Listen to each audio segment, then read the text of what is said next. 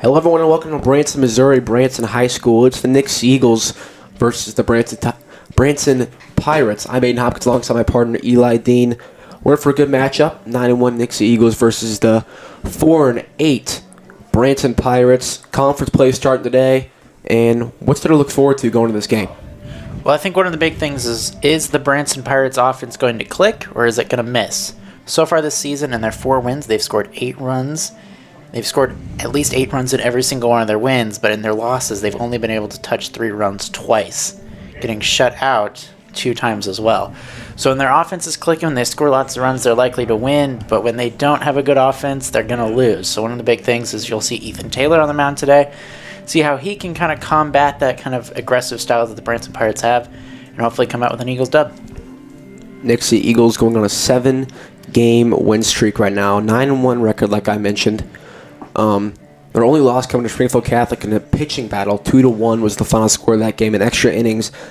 And sometimes this Nixa offense is off the charts hitting wise, putting up a bunch of runs on the board. Other days, not so much. And when we see games, we look at runs, we're scoring 6, 7, 8 runs a game. But those aren't coming from hitting. Those are coming from the PACE acronym that Coach uses. Pressure applied causes errors. Like we saw William Crisman, three balks, a bunch of walks, and then we finally got a hit on bases loaded, and that cleared the bases. That was Reese Sternberger. And we're really good at clutch situations, but at some point they're going to run into a team that when you are down 4, you are in a bad position, and you have to score right off the bat. And I think going into conference play, that's something you have to worry about going into this tough baseball conference in the Central Ozark Conference. Yeah, and it'll be one of those things like you were mentioning earlier. The Eagles have been really lucky this year with some unforced errors by the other teams that they've played that's allowed this Eagles team to feel like they can come back from these games. One of the big things is you'll notice later in the year, Branson probably won't commit as many errors. There's going to be less mistakes as the year goes on from all these different things. And so looking into that, I would just say like this team can get away with those mistakes now. But here in a month, it might be a little bit tough. So just being able to get yourself in a situation where you can convincingly beat these types of teams, that's what's really going to matter. We're going to step aside while they do the national anthem. We'll be right back, and we'll get back to you with start lineups right after that.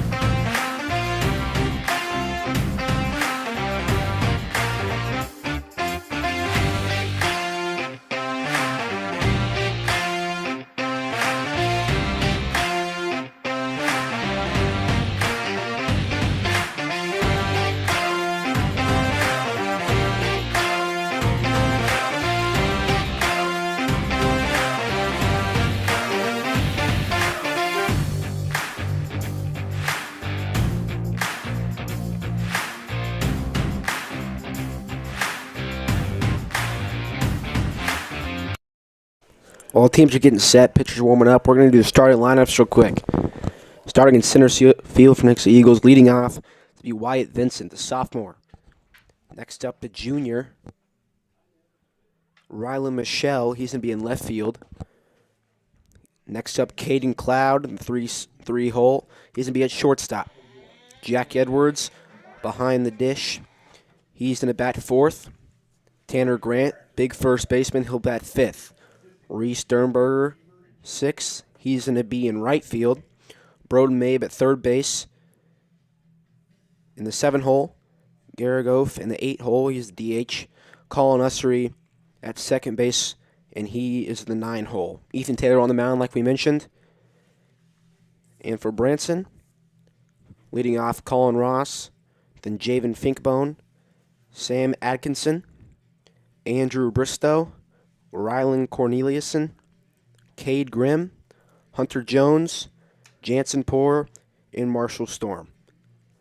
We're going to step aside before the game begins. Right back.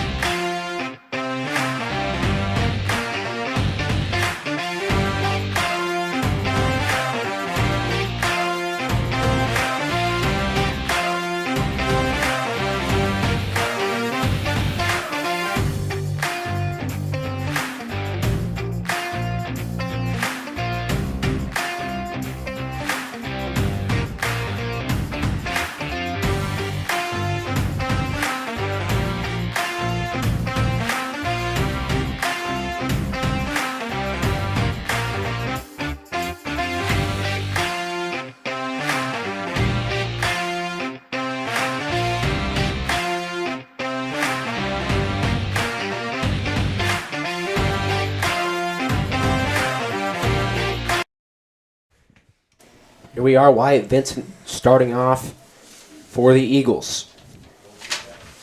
Colin Ross, first pitch. It's be low, ball 1, 1-0 count. 79 mile per hour right there.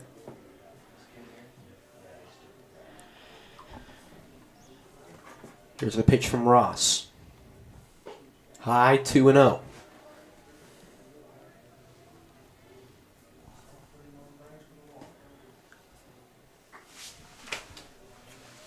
Next pitch from Ross. Delivered, swung on by Vincent. That's going to drop in right center field. Vincent rounding first base. Corneliuson with the ball, throws it in. Vincent rounding second. He's going 3. Throw in from the shortstop's going to be not in time, and that's a leadoff triple for the sophomore. Yeah, that was one of those things where the Branson's going to learn how to play no doubles defense in this game. The Eagles can have really solid contact, but one of the big things is that there was too much of a hole between the center fielder and the right fielder there. The ball was hit in the perfect spot, and when you're playing no doubles defense, you're playing a little bit back. They were playing forwards, and that ultimately allowed that the runner to get to third base. Here's the pitch. It's to be high, ball 1. Wyatt Vincent on third, 0 outs. Top of the first inning. Rylan Michelle, he's batting .344 on the season. He had a home run in that Rogersville game. 4 for 4 in that game as well. Beautiful game from him. First pitch, second pitch swinging. Be strike 1, 1-1 count now. I actually expected Wyatt Vincent to stay at second there. I don't know why, but he was really fast going on the bases, and that pitch is swung on. 65 mile per hour changeup. So it's going to be 1-2 count, 0 out. And yeah, I would have thought. I mean, the way that ball was, it wasn't handled perfectly by the center fielder there. That ball's fouled back 1-2 still. It wasn't handled perfectly by the center fielder, which I think is the reason why, as he's turning second base when he makes that ultimate decision to run to third, that it gives him a little bit more of an advantage where he's like, okay, I can run. And it was a great throw from the right fielder to get it back in. Ball high, 2-2. He's able to stay in. One thing is he's getting a hefty lead at third base, so you'd have to assume that a soft ground ball at any type, that's where he is going to go. 2-2 count. Rylan Michelle to be high, 3-2 now. And Ross is going to step off for a second, kind of regroup. 3-2 count. Rylan Michelle at the plate, Vincent on third. That pitch is swung on, lifted behind the plate, and that's going to fall in play, but it's not going to be caught. It's going to be 3-2 still. Yeah, something to watch out for. The wind is blowing down, which I mean the ball's not going to travel as far as it normally would. The pressure that's coming in, you can kind of see the flag's kind of in center field. It's kind of moving back and forth, but it's mostly moving to that west side of the field, which I think is going to be an important factor when you consider how much this ball actually drives. That ball swung on and lifted to left field to be caught. Vincent's going to tag. Throw-in's cut off. And Nixa is going to take a 1-0 lead early in this ball game. Yeah, and that's why ultimately I think you're aggressive on the Bates pass there to just try to give yourself an opportunity. Whenever you can get those runs early in a game like this, that's going to be really important. Now in walks the 424 hitting Caden Cloud. When I say like a really important type of thing, Colin Ross, as we haven't mentioned yet, I believe, but last year he was an all-conference pitcher, and he was able to have a record of 3-3, which doesn't seem that bad. But the Pirates had 3 consecutive losing seasons before this past year when they were able to make it to the district championship. This pitch comes in, and he ended up with a 2.24 ERA and even had a 3.49 batting average at the plate. So he's a multi-talented athlete, and whenever you can get runs like that, it really helps. 1-1 count to Caden Cloud. 1 out. Outside. It's going to be 2-1 now.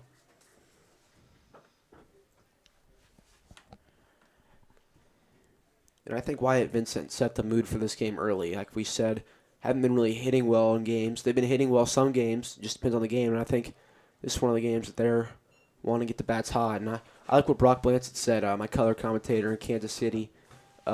He said that once the weather starts to warm up, so do the bats. We saw this last year. Kind of a slow start to the season, but that once the weather starts to warm up, that's when the home runs start flying. And I think that's what we're going to start seeing here. That pitch is outside and swung on to strike 3. 2 outs, and in walks Jack Edwards. Jack Edwards leading the team in RBIs with 9. He was second last year behind Jarrett Nelson, and we all know how Jarrett Nelson's doing right now. He's lighting it up in college. He has 15 home runs right now. Great look for the Nixa baseball program. And Jack Edwards trying to get on base here. This will be high, so 1-0 count to him. One of the things I'm noticing from Ross earlier is he's very wild. He had the 2 pitches on the last at bat that went down in the dirt, and then that one was high. See him how well he can stay in the strike zone. That ball's fouled back by Jack Edwards. Now it's to be 1-1. Jack Edwards hitting .281 on the year. But one of the things about being in the strike zone is it makes the balls more hittable for the Eagles offense, and as you know, they can hit when it comes to staying at him in the zone. Outside, 2-1 count now, 2 outs.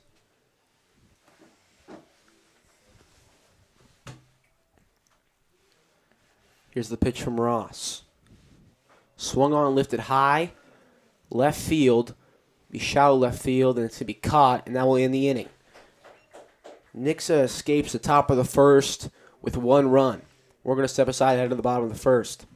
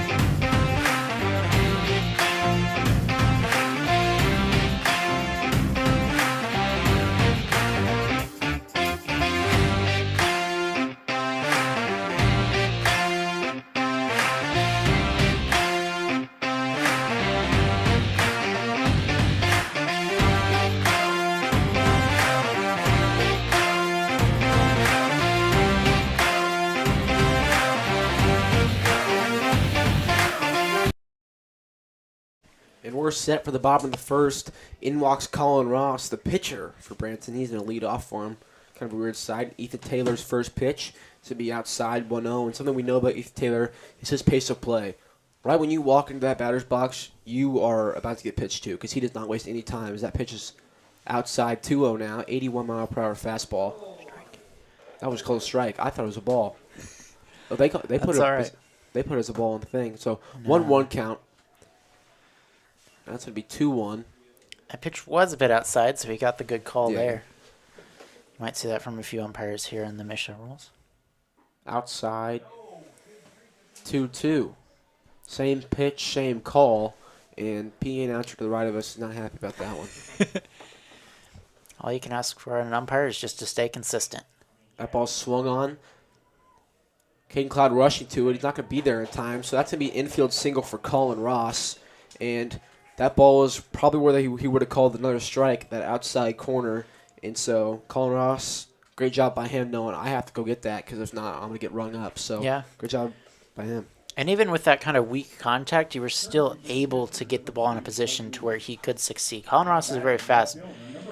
And as we talk about this, Javen Finkbone is one of the fastest players on this team out in center field. One of the big things from him I'm liking to see, he batted .249 last year, but just being able to get on base is going to be a big thing, being able to advance some runners. That's why they put him in the 2 holes as opposed to the 1 spot. Finkbone shows bunt, but pulls back. It's going to be a strike anyway. So 0-1 count, runner on first. That's Colin Ross. Finkbone, like you said, speed, so bunting is definitely an option in his category. So runner on first, 0-1 count. Check back from Taylor. Runner's going to get back safely.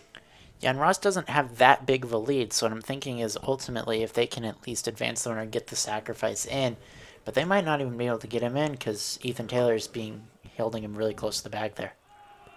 Finkbone shows bunt, then pulls back again, so it's going to be 1-1.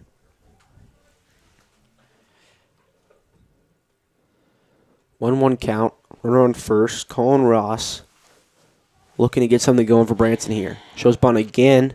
Makes contact, but to be foul, so 1-2. Now that almost kind of eliminates the bunting scenario because what you don't want to do is bunt on a third strike. So obviously he's going to be trying to keep this ball at least somewhat on the ground, but just trying to avoid doing something that cannot advance Ross. Taylor gets the sign.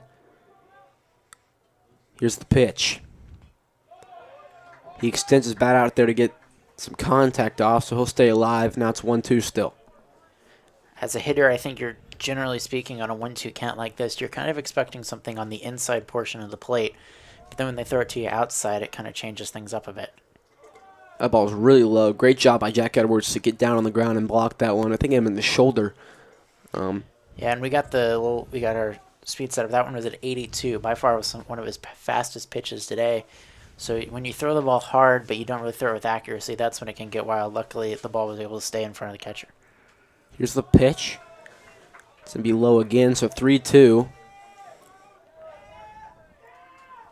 Really good eye by Finkbone, just trying to extend this at-bat. If he can get some quality at-bats here, that's ultimately what's going to make this Nixa defense a little bit more tired and a little bit more alert, I think, because if you can at least extend at-bats, that keeps everybody on edge.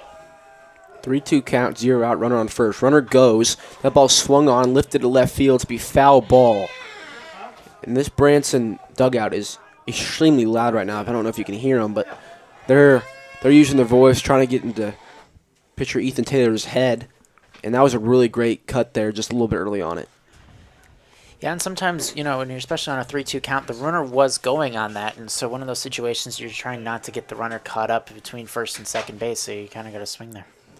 That pitch is swung on and fouled back and caught by Jack Edwards. It's going to be strike 3. That's strikeout number 1 for Ethan Taylor.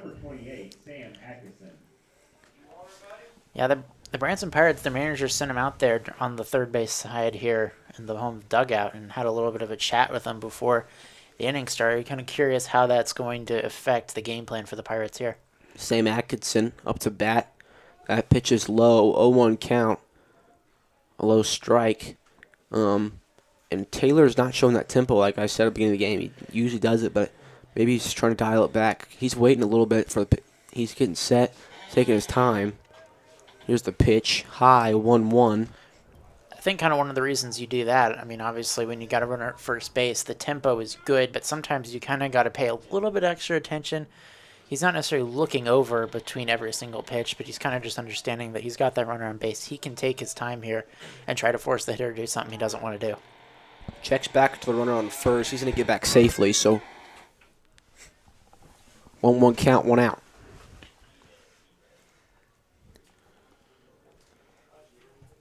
Here's the pitch.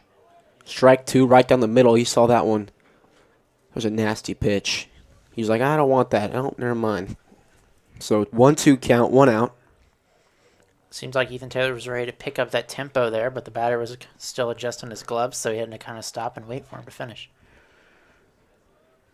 Here's the pitch from Taylor. Blocked by Edwards. Good job keeping it in front of him, so it's be 2-2. I'm noticing a lot of these Pirates hitters as opposed to the Nixa hitters earlier. The Pirates are more in on the plate than the Nixa hitters were in that last inning, and that can kind of result in a lot of different things. But obviously, if you're a bit closer to the plate, those inside pitches aren't going to be as hittable, but those outside pitches that it seems like that Ethan Taylor's getting the calls for are helping him out. Runner goes, and that ball was low, and Edwards just had to block it there. So runners can get the second safely. 3-2 count, 1 out. Edwards is already being put to work out there. So Ethan Taylor, like you said, batter staying in on the plate, and that also helps with those outside pitches that the ump seems to be calling a lot. As that pitch is hit, grounded to Caden Cloud, and he misses it. Caden Cloud, error in the infield, so 1 out. Runners on first and second. Like I was saying, when batters scoot on the plate more, the pitches that the umpire likes to be calling outside are more accessible, even when you're not used to hitting them, because you have to do anything in your power to make sure that you can hit those pitches that you don't think are strikes. Yeah, and one of those things for Cloud there, he just picks up his glove before he's got the ball fully in it. That's going to be a problem, as you can kind of see, making sure that mistakes don't bite you later in the year. But as we look into it, an uncharacteristic mistake, but one of those big things too is you're trying to force the runner to stay at second base there. So whenever you've got your eyes focused on the runner, you're not necessarily focused on the ball coming towards you. And if you're in position to get it, you're not necessarily looking at your glove in that situation, which you failed to do there. 0-1 count. You strike. 0-2 now. And Caden Cloud, he had an error in Rogersville game as well. And Hughes does not like fielding errors. I'll put it like that. Not a big fan of them at all. And so we saw a couple of them in the Rogersville game, and I was in the dugout taking pictures there, and he was not happy. Is grounded Broden Mabe. Broden Mabe's going to get the easy out across the diamond. So that's going to be out number 2. Runners on second and third. And now walks Rylan Cornelison. And one of those big things for Bristow there, a ground ball to the third base side can be a pretty scary event for when you've got runners at first and second when they got to move. But in that situation, you're able to kind of keep the ball farther enough so that the runner at second base doesn't necessarily have to worry about getting put into a pickle there. So you're able to advance the runners. And, I mean, in a one-run game like this early on, that's going to be really important if the Pirates can get a run here. 2 outs. Here's the pitch high, 1-0. Runners on second and third. And I have a feeling that, like we were mentioning earlier, when you're that close to the batter's box, when you're that far in, that kind of intimidates the pitcher a little bit because he can't necessarily go inside like he wants to. So you've seen a lot more outside pitches for him so far, as that one's a strike on the outside part of the plate there. Outside corner is going to be something that the pitchers need to use to their advantage in this game. 1-1, 2 outs. Runners on second and third. Here's the pitch from Taylor. Inside, strike 2. Yeah, and in that situation, when you go back-to-back outside pitches, you're more likely to go inside, but when you're inside like that as a hitter, you're not necessarily looking to swing at every single pitch that you can see on the inside part of the plate. So you're going to see a lot of called strikes in that department here. That one was inside and low, so that's going to be ball number 2. So 2-2 count, 2 out, 2 on. 2's all across the board. And Ethan Taylor trying to get strike number 3 here to get him out of this inning. Here's the pitch. Strike number 3, strikeout number 2. And Branson leaves 2 stranded on the base paths. Ethan Taylor gets himself out of a pickle early in this game. So heading to the top of the second, 1-0 is the score. Nixa leads.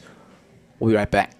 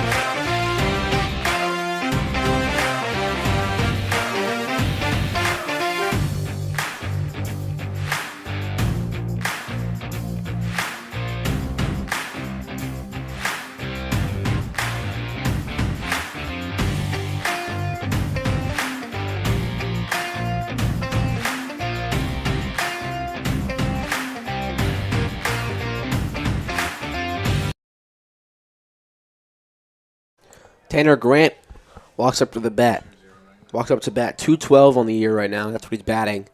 The first pitch from Ross is going to be a ball. So ball one. 1-0 count. Nixa leads 1-0 after a leadoff triple from Wyatt Vincent and a sac fly from Rylan Michelle. Inside. Strike one. 1-1 count now.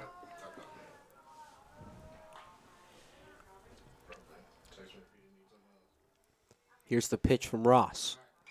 Swung on, lifted. Shallow right field. In comes Corneliuson, and he makes the catch. That's to be 1 out for Nixa. And now Reese Sternberger walks in. He also leads RBIs with Jack Edwards. He's tied. They're both at 9. And he's hitting .435. And he's having quite the senior season. Yeah, it's been about as well as you can do so far this year. He's batting .435 with this OPS of .895. As he swings first pitch, and that's going to be lifted out to the right fielder, Corneliuson. That's 2 straight flyouts to the right field.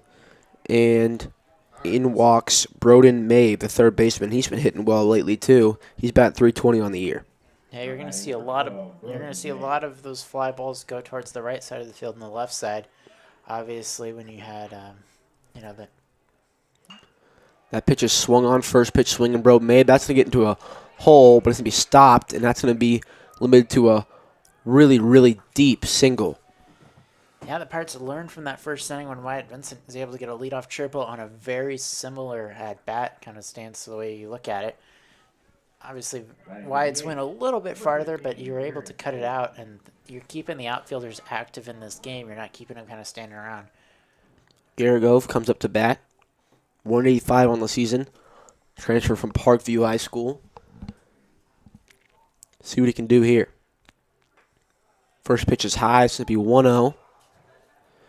And Garagove, one thing you see about him is his play discipline is insane. He's always drawing walks, and that's just something that you have to look for because he's really, really good about watching, and he swings and misses on that one. To be 1-1 count, 2 outs. And his plate discipline is something that impresses me a lot. Yeah, there's instances where you can draw walks and you can advance runners, or you can get on base yourself. That's really important. I feel like those inside pitches, though, are his weakest bit of his offensive line. Like you saw there, while he doesn't necessarily have to swing at everything, I think just generally when you feel crowded, you're less likely to be able to feel like you can do something with the ball. So, like you said, inside pitch, strike 2. So 1-2 count, 2 out, and they just checked back on Broden Mabe, and he got back safely. So Broden Mabe at first, 1-2 count, 2 out, top of the second. Strike 3 rung up on an outside pitch, and could have been argued, but I think they're just going to let it go. He kind of just shrugs it off and walks back to the dugout. So that's in the top of the second. Nixa puts a 0 on the board, so 1-0 Nixa lead heading to the bottom of the second. We're right back.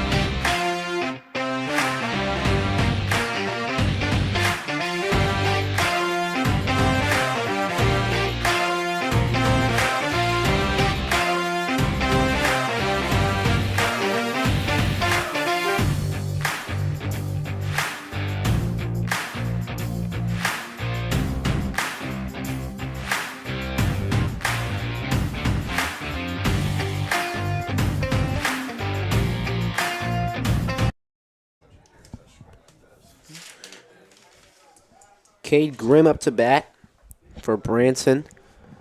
First pitch is called a strike from Ethan Taylor, so 0-1 count to start off this inning. That pitch inside, ball one. 1-1, and Jack Edwards is going to be, he's gotten worked a lot so far this game, so let's see if that continues on. So 1-1 count, swung on, lifted. Center field, Vincent gets there, though, so that's going to be out number one of the inning. And great hustle there by Wyatt Vincent. Yeah, one thing, though, to keep in mind with Ethan Taylor, he's been a bit wild so far in this game. You're just trying to get those runners a chance here. But one of the big things I'm looking for is just how this bottom of the order for the Pirates is able to kind of keep this game in line. If you can get those top hitters up to the plate as many times as you can, and against a kind of wild pitcher so far, that's going to be pay big dividends later. Hunter Jones comes into bat. That first pitch you watch fly by, it's going to be a strike. So strike one, 0-1 count, 1 out. Inside, 1-1. It's only the bottom of the second inning, but we got a lady in the second row here playing Candy Crush on her phone. I'm thinking she doesn't necessarily care either way who wins this game. That pitch is swung on, strike two, 1-2 count now, 1 out. Here's the pitch. Swung on, fouled back. He's staying alive. Looks like her husband's wearing a Branson Pirates hat.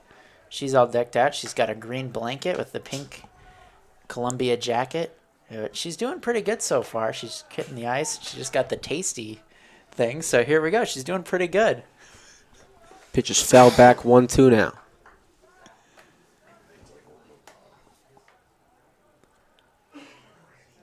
Taylor dishes, and it's going to be ball number 2, low and away. You any good at Candy Crush, Aiden? I've played Candy Crush since I was like 4. My aunt religiously plays Candy Crush. She could probably teach you a few things if you ever wanted to get some help on Candy Crush. Strike number 3 for Ethan Taylor. A nasty curveball finds its way in there, and that's strikeout number 3 for him. In walks Jansen Poor.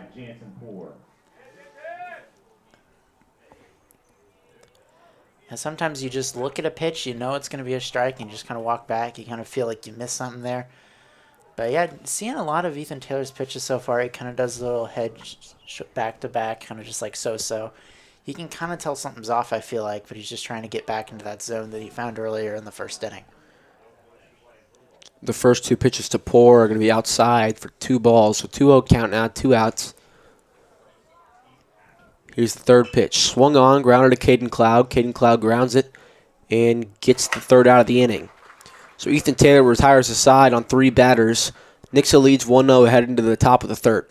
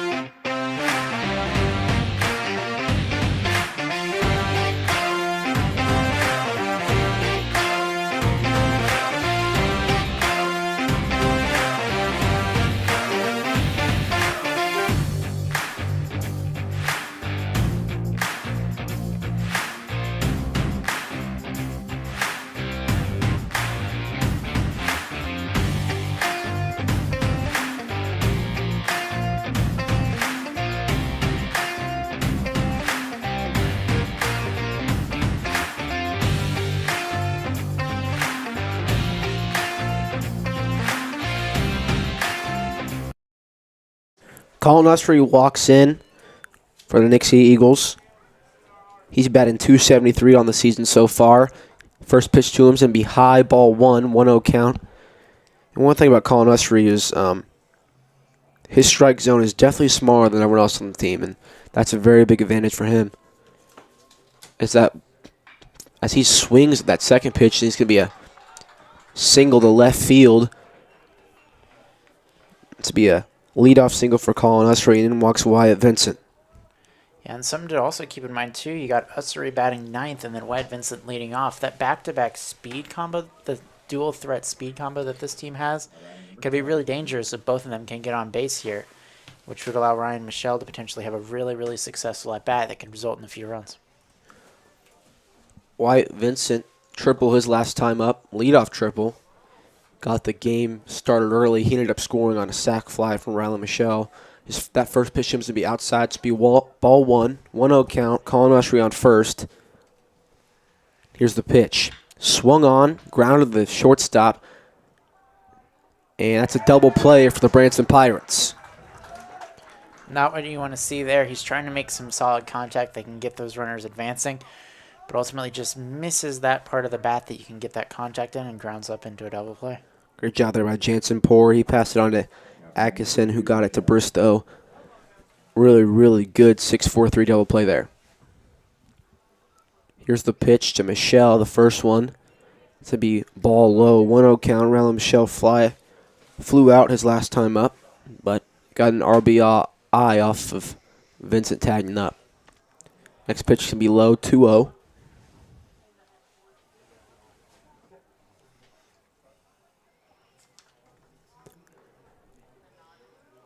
Colin Ross only has one strikeout on the game, but two strikeouts, actually. Yeah, for what it's been worth beyond that first at-bat of the game when he was able to get the runner in from on third base, one of the big things, he's been able to keep runners not necessarily advancing. He's been able to keep them at bay for most of the game besides that one little skirmish there. So that 3-0 pitch to make it a 3-1 count after the strike looking. And Colin Ross, I'd say he's just like Colin Kelly on our team. Not very much of a strikeout guy, but more of a ground out guy, as that's going to be grounded out to the shortstop. He's really, really good at putting the ball into play and getting it to his infielders or outfielders. That's something to look for. Yeah. So heading to the bottom of the third, Nixa still leads 1-0 off that first run in the first inning. We're going to step aside.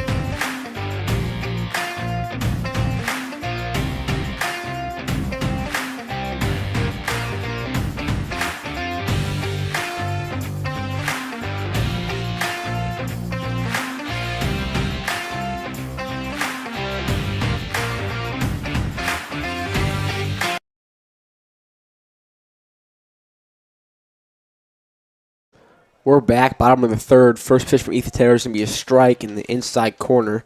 0-1 count. Up to bat is Marshall Storm. They're 9-hole. Second pitch from Taylor's inside. 1-1 now.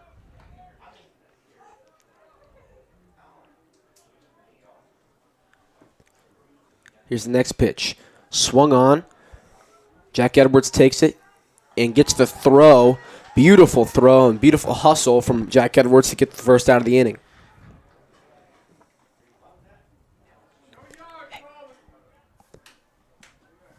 Batting number 2, Colin Ross. Yeah, one of the big things there, that ball just hit off the top part of the bat, and so when you have those outside pitches like that, you're gonna see the hitters try to reach for more of those opportunities. And ultimately there he wasn't able to get that call, but he was able to kind of get the hitter in that kind of mindset later in that last at-bat to have that weak sort of contact for an easy out.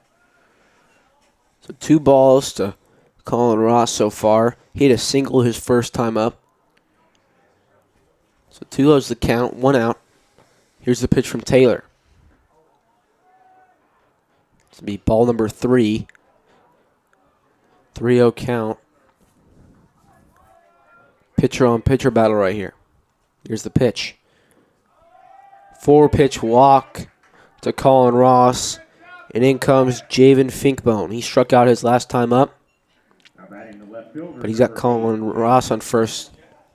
And we're going to get a pinch runner. Courtesy. Number 3, Blake Moody.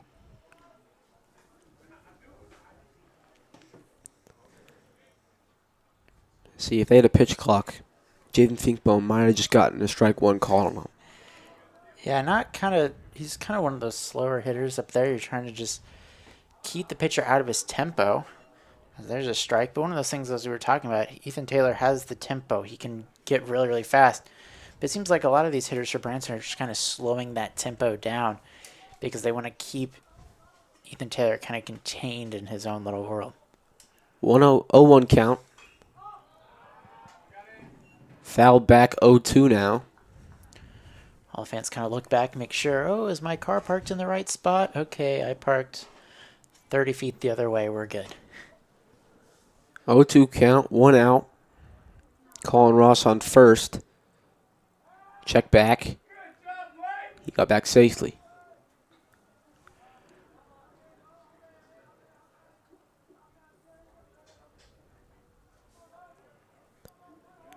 Here's the pitch. Finkbone swings at a ball. I'm pretty sure that ball was above his head. And he struck out swinging on that one. So I think that was a defense swing. That was high and kind of inside, and that was kind of like a get out of my face swing, and ended up being strike number 3 for him. So that's 2 strikeouts in the day for him, and now walks Sam Atkinson. He reached on error last time. That first pitch can be a strike, 0-1 count. Yeah, some of those kind of pitches that you don't necessarily see right away, you see off, you probably about have maybe a second and a half to make a determination whether you're going to swing or not. And sometimes those late swings kind of cost you because you see a pitch and you're like, oh, it's going to go down, but it just stays at the top. Inside, 1-1 count now. Seems like these Pirates hitters are being a lot more selective than they were here in the opening frames to just try to get runners on base. Colin's been able to prevent any kind of running, any momentum for the Eagles besides the leadoff triple. But beyond that, Ethan Taylor's done a really nice job too, and the Pirates are just trying to prevent that from going on. Check back to Colin Ross. He's going to get back safely. So 1-1 count, 2 outs. Runner on first. Nixa leads 1-0 at the bottom of the 3rd inning. Sam Atkinson is trying to get home Colin Ross. Runner goes. Jack Edwards with a throw. Colin Ussery goes up for the ball. Oh, wait, it got past Colin Ussery. I didn't even see it. Great job by Caden Cloud there backing up Colin Ussery. He dove for the ball, make sure it stayed. And to be honest, I thought that Colin Ussery caught that. They had me fooled. So runner gets a second safely. 2-1 count, 2 outs. It's not Colin Ross. I don't know why I was saying that. Colin Ross got a runner for him. So runner on second. He extends his bat out there trying to get that hit, but he fouls it away. It's supposed to be 2-2 now.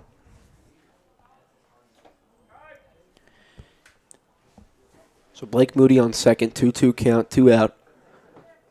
Taylor looking to get out of this inning.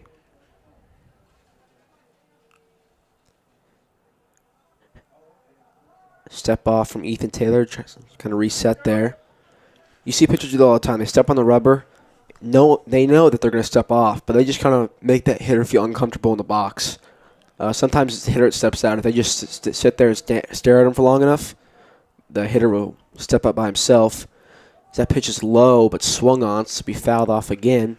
One thing to keep in mind there, as you mentioned, the designated runner there, he was running on that play. He's a faster kind of guy, and so you're looking at it and you're saying, well, why would he run on that type of play? Well, if you're trying to get runners in, especially with 2 outs, you're just trying to keep the stress here on the pitcher, on the fielders, on anybody else that you can do. So adding that extra kind of sort of distraction here. If he does it again, I'd be likely to see him run once again. So Atkinson asked for time. Get a few practice swing in. Clear his mind a little bit. So it's 2-2. 2 out. Runner on second. Here's the pitch from Taylor. Swung on and lifted to right field. Atkinson drops his bat in frustration. And that's caught by Reese Sternberger. And Branson leaves a runner stranded once again. 1-0, Nixa leads, head to the top of the 4th. We'll be right back.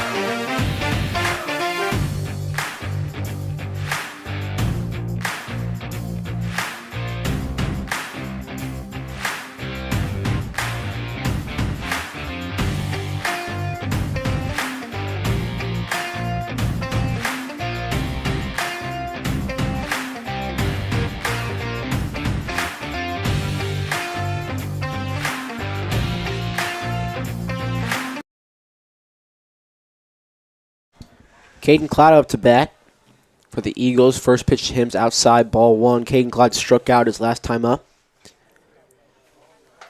Trying to get on base here.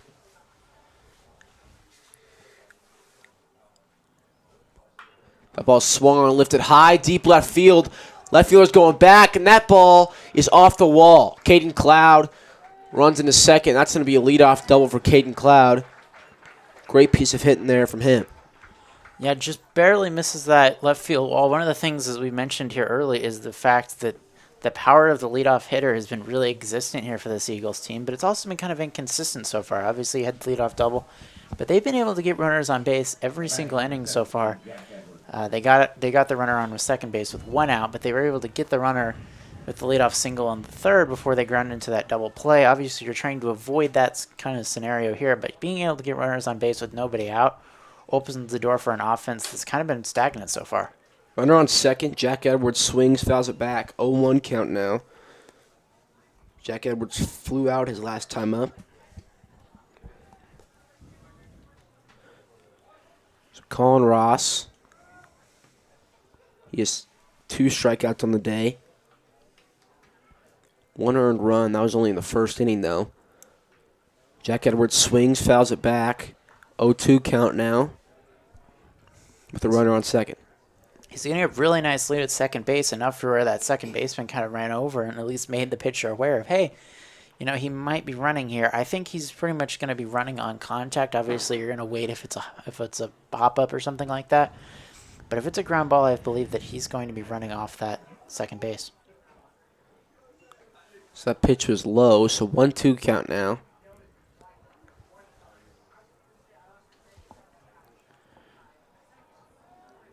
I think a big thing, too, these outfielders are playing really, really shallow, and that kind of hurt them in that last at-bat whenever he was able to get it over the wall. Now, he was able to pick it up fairly quickly because he had enough time to run back there. But on those ground balls where it's down in the middle, you might be able to cut them off in time, but if they don't get the right angle, that ball probably is going to the wall. That last pitch outside tried to get framed by Ben Matthews, but didn't go his way. So it's be 2-2 count now. Swung on, foul back, 2-2 still. Great job there by Jack Edwards staying alive. Like I said earlier, Jack Edwards leads the team in RBIs right now. He has 9. He came in second last year, second to Jarrett Nelson. Here's the pitch. High, 3-2 now. And Caden Cloud's anxious. He's itching to go. So Jack Edwards at the plate. 3-2 count. Colin Ross trying to get him out here. Here's the pitch. And there's the walk, and great job there by Jack Edwards to fight back in that count down from 0-2 and work his way to a walk. Looks like Connor Ross on that pitch just didn't seem to get a nice footing on the rubber there. He kind of fell off after his follow-through wasn't all that great. It wasn't executed well. He kind of just struck it off. But, seeing how guys this rebound, you add base runners. Obviously, he's going to have high confidence because of what an athlete he is. But at the same time here, if you walk another batter here at the bases loaded, nobody out, or at least get a runner in, causing them more stress, even in a one-run situation like this against a really high-powered Eagles offense, that extra stress definitely does not help out. So pitch out there, and Caden Cloud just walks to third, and Ben Matthews just was not paying attention there. Neither was anybody in the Branson field. The third baseman didn't even know he was there until he was right in front of him. So runners on the corners now, 1-0 count. Tanner Grant up to bat. He flew out his last time up. Josiah Jenkins came in to run for Jack Edwards. Josiah Jenkins goes. Throw back to second. Caden Cloud's going to go home, and everyone's going to be safe. And that's going to be a 2-0 Nixa Eagles lead now. Great piece of base running there from Nixa Eagles.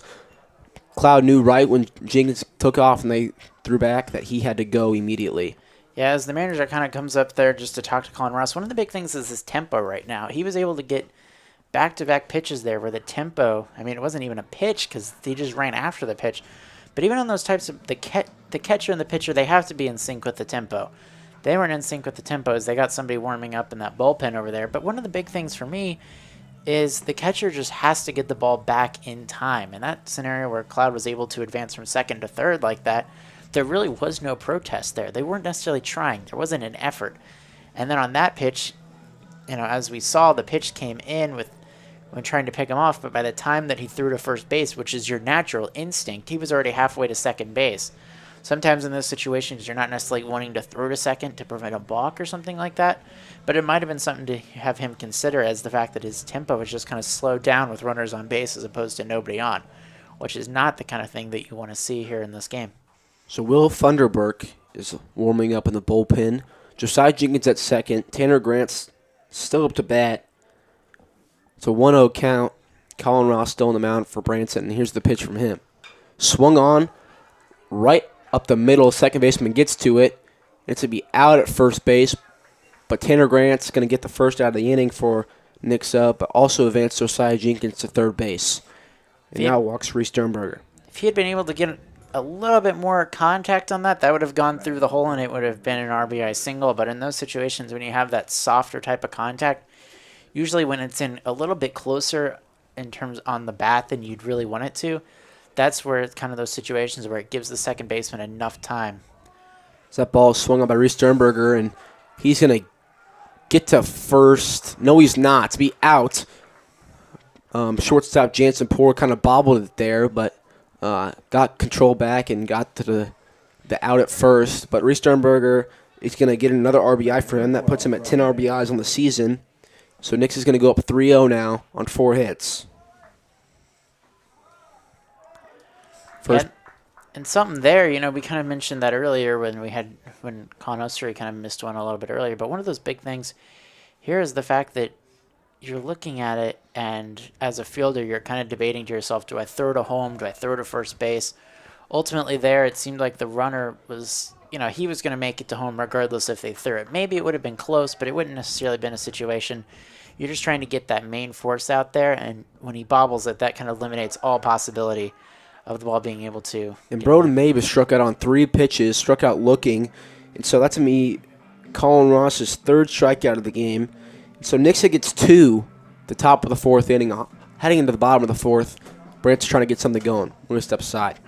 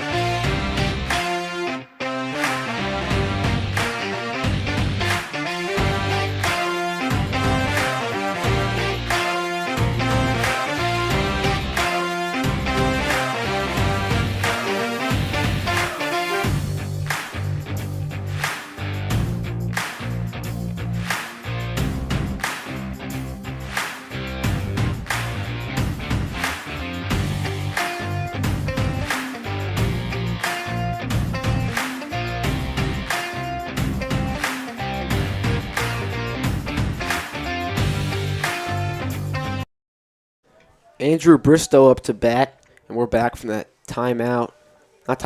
half inning, brought to you by Central Gas and Propane. So Nixa leads 3-0. They got 2 in that inning and 1 in the top of the 1st. That pitch to Bristow was a ball. So 2-0 count. Ethan Taylor on the mound. He has 3 strikeouts so far. That pitch is a ball as well. It's 3-0.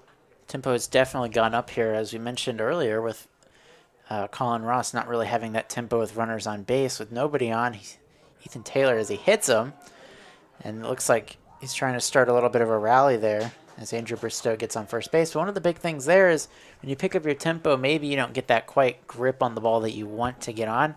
And ultimately, when the Pirates, any base runners will help in this situation. They've only been held to 1 hit.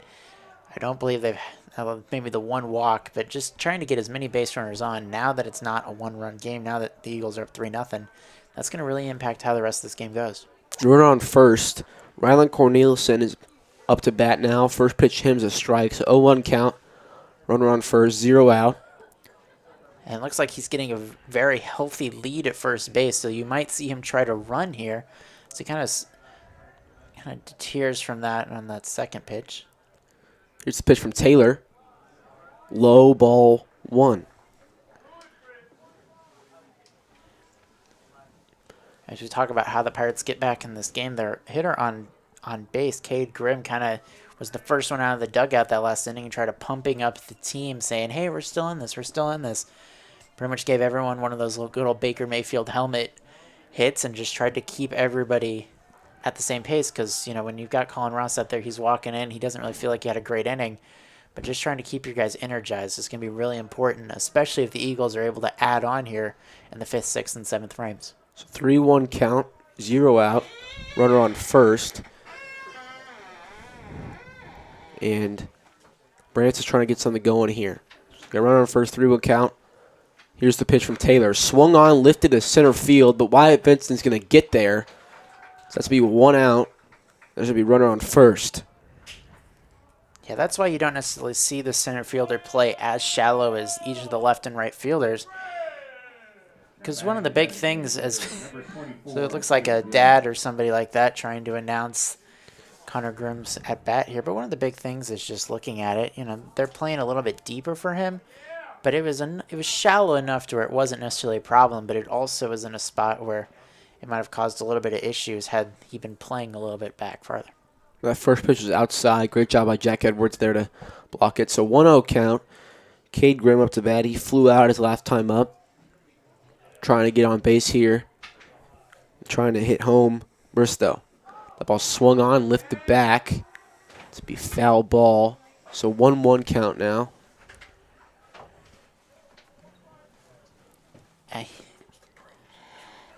1-1 count. 1 out. Runner on first. I feel like if you have to compare a particular player, a major league player, he kind of has that same kind of build as Rowdy Tellez, who's a Milwaukee Brewers hitter.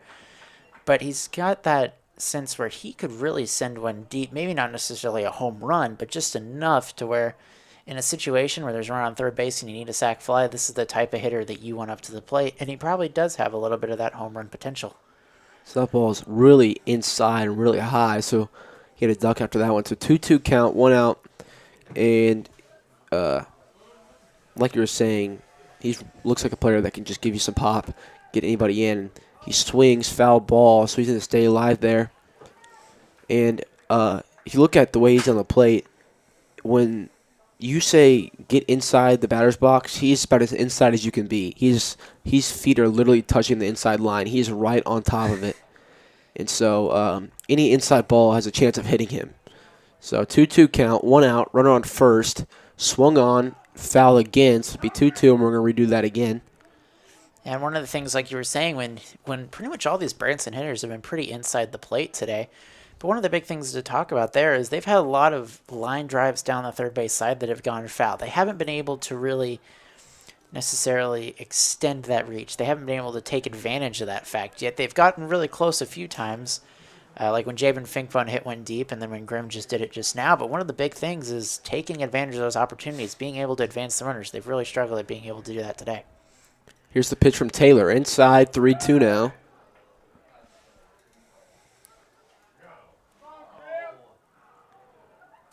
Umpire says he did not go. I don't know what the confusion was there. I thought it was pretty clear that he didn't go. So 3-2, 1 out, runner on first. Check back to the runner.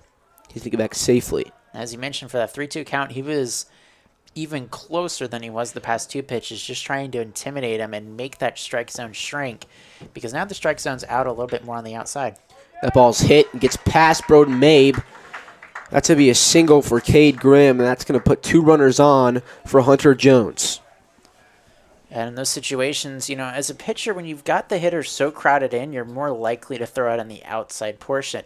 But really, when you throw it on the outside part of the plate there, he's just trying to pull it. And as it seems like he was a pull-heavy kind of player there during that at-bat, he was able just to get it past the third baseman's glove and into left field. So runners on first and second, 1 out. Here's the pitch from Taylor. Strike 1. Hunter Jones struck out his last time up. Trying to hit home. Runners on base. So we got Andrew Bristow at second and Cade Grimm at first. That pitch is inside and high. So 1-1 count now.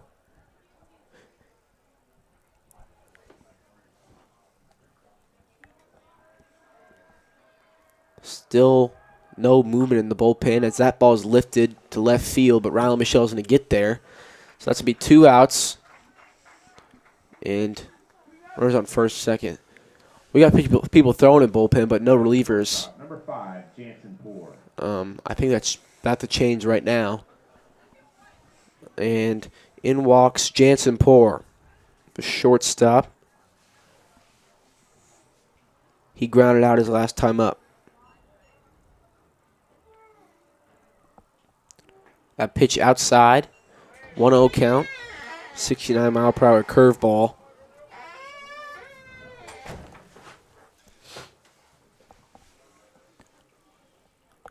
Here's the pitch from Taylor, strike 1, 1-1 count now.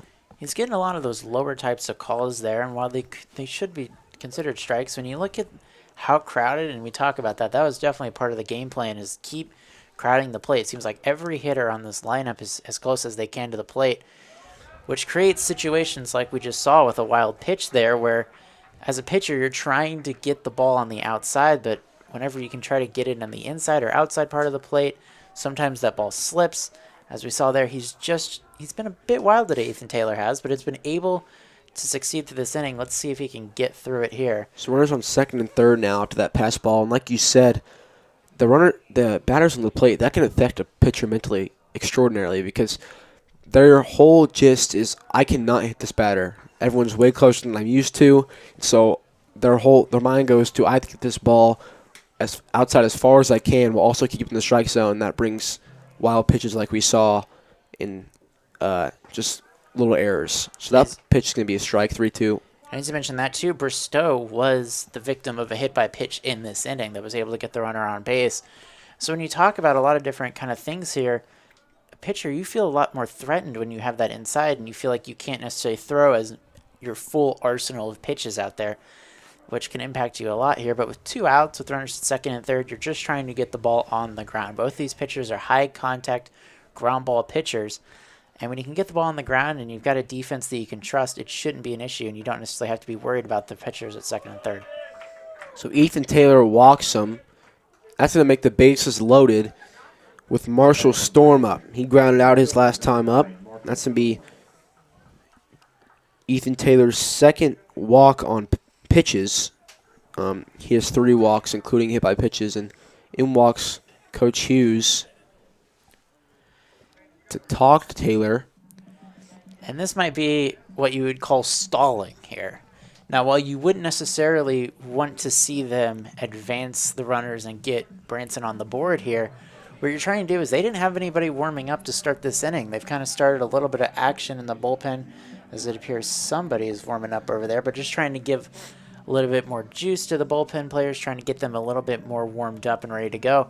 But for Branson here, you're just trying to get to the top of the order. You do not want to see Ethan Taylor see Colin Ross for a third time, because I believe that Colin Ross would be able to adjust more than what he's seen so far.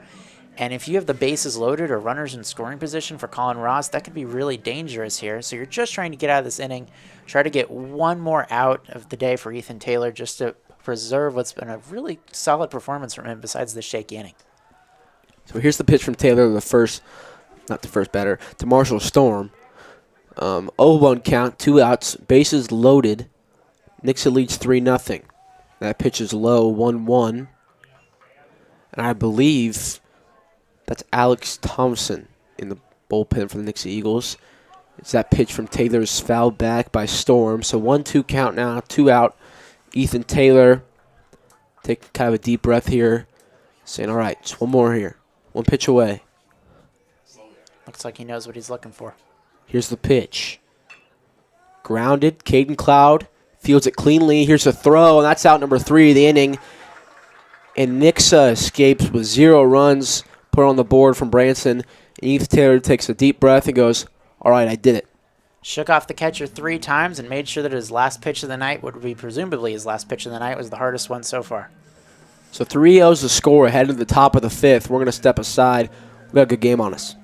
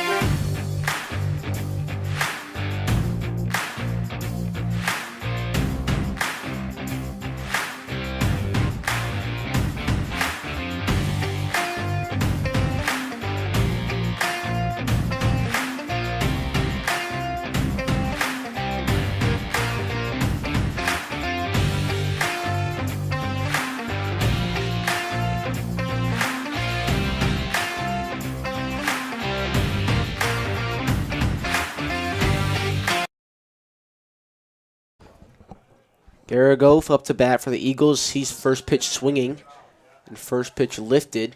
Center field, and that's going to be an easy catch for Marshall Storm. That's Not number one. Not necessarily what you want to see there to lead off an inning. You know, you're trying to get Colin Ross here a little bit agitated. You're trying to obviously get on base, which is a big thing. So if you see an opportunity to hit the ball, you're trying to do that. But one of the big things is his pitch count's got to be pretty high here. You're trying to get him out of this game in this inning. It doesn't look like they have anybody warming up in their bullpen. So you're just trying to put pressure here. And I'm not totally sure that a first pitch swing there was the smartest thing to do.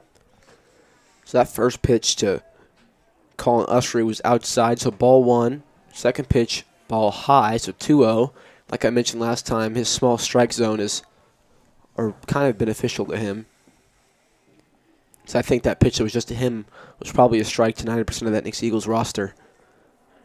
So here's the pitch. Swinging, 2-1. He missed on that one. Change up, 2-1 count, 1 out. Nixa leads 3-0. 4 hits on the game. Here's the pitch. Ball low, 3-1. Like I said, 4 hits on the game. And like I said at the beginning of the game, Nixa is really, really good about taking advantage of errors. They scored on that stolen base by Caden Cloud as that pitch is fouled back by Colin Usry, 3-2 count now. Really good about taking advantage of errors from other teams. And they scored on that. They advanced Caden Cloud to third when the catcher wasn't paying attention. In that very next pitch, they got him home off a stolen base from Josiah Jenkins going to second. They had him distracted. So they're just really good mentally in baseball. And baseball is a really big mental game. As Colin Usry's walked. And as you mentioned, the kind of mental aspect of baseball in terms of what you can do here, when you get the leadoff hitter on with 1 out, in this situation, the last inning, he grounded into a double play.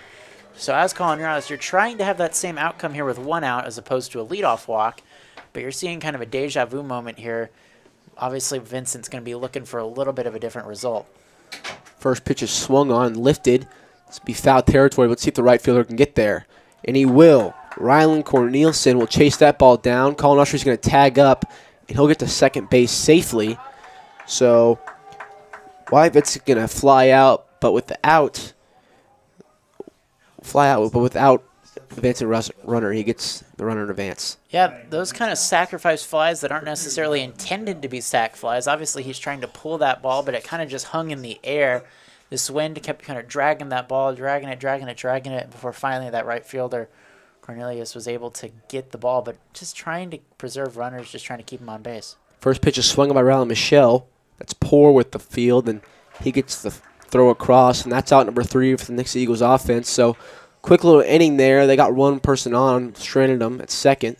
And so that's going to head us to the bottom of the 5th. 3-0 is the score. Nixa still leads. It's like Ross isn't very happy. He just left. He left the team meeting a little bit early.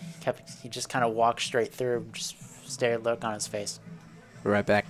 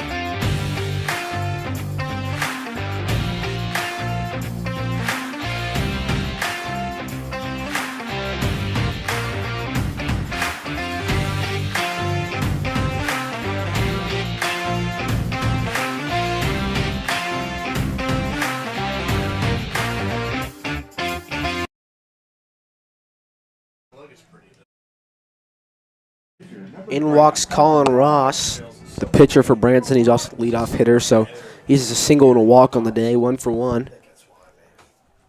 I believe that is not Ethan Taylor. That is Alex Thompson, I believe. First pitch to Ross is a high ball. So Ethan Taylor got pulled after 4. He gave up 0 earned runs, 2 hits. Here's a pitch from Thompson. Ball high, 2-0. Not his sharpest performance of the season, but he was able to limit the base runners, which is a really big thing when it comes to those contact hitters, or contact pitchers rather. Whenever you see those kind of options there, when you had the bases loaded with 2 outs, he was able to get out of the inning without any damage, which is the kind of thing you want to end your night on. And that is what he's going to remember about this performance, not necessarily all the kind of wild, spontaneous pitches, just some things to work on. But as we all know, Ethan Taylor is a very diligent pitcher, and he's going to be able to get back on the right track here. So 3 straight balls from Alex Thompson to start his relief. And that's 4 straight balls, 4-pitch walk for him.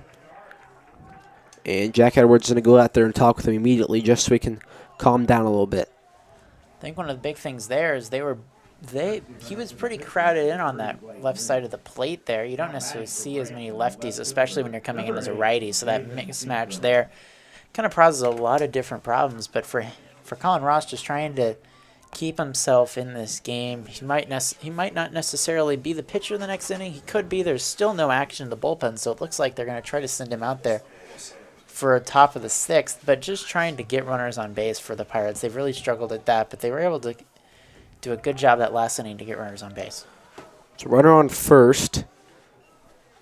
Ball 1 to Javen Finkbone. He struck out twice on the day. Well, he did try to bunt in the first inning. He was unsuccessful. He's trying to swing the bat here, which kind of shows me that they really value the 9 outs that they have left. They're trying to get as much as they can in right now to just try to preserve what they have, which isn't a whole lot so far, but they're just trying to get momentum back on their side. So 1-1 count, runner on first. That's going to be a strike 2, low and away. That's the kind of pitch you want to see after a 4-pitch walk like that. Just try to get yourself back into that game so the catcher did a good job at settling him down like you were mentioning. 1-2 count, runner on first. Thomason dishes to the plate. Really, really great curveball there.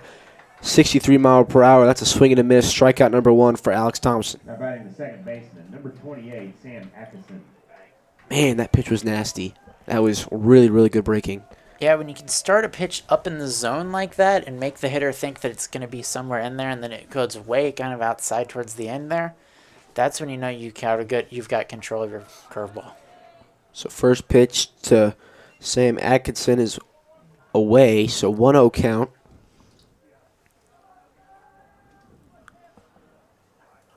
1-0 count, runner on first, 1 out. Here's the dish from Thomason.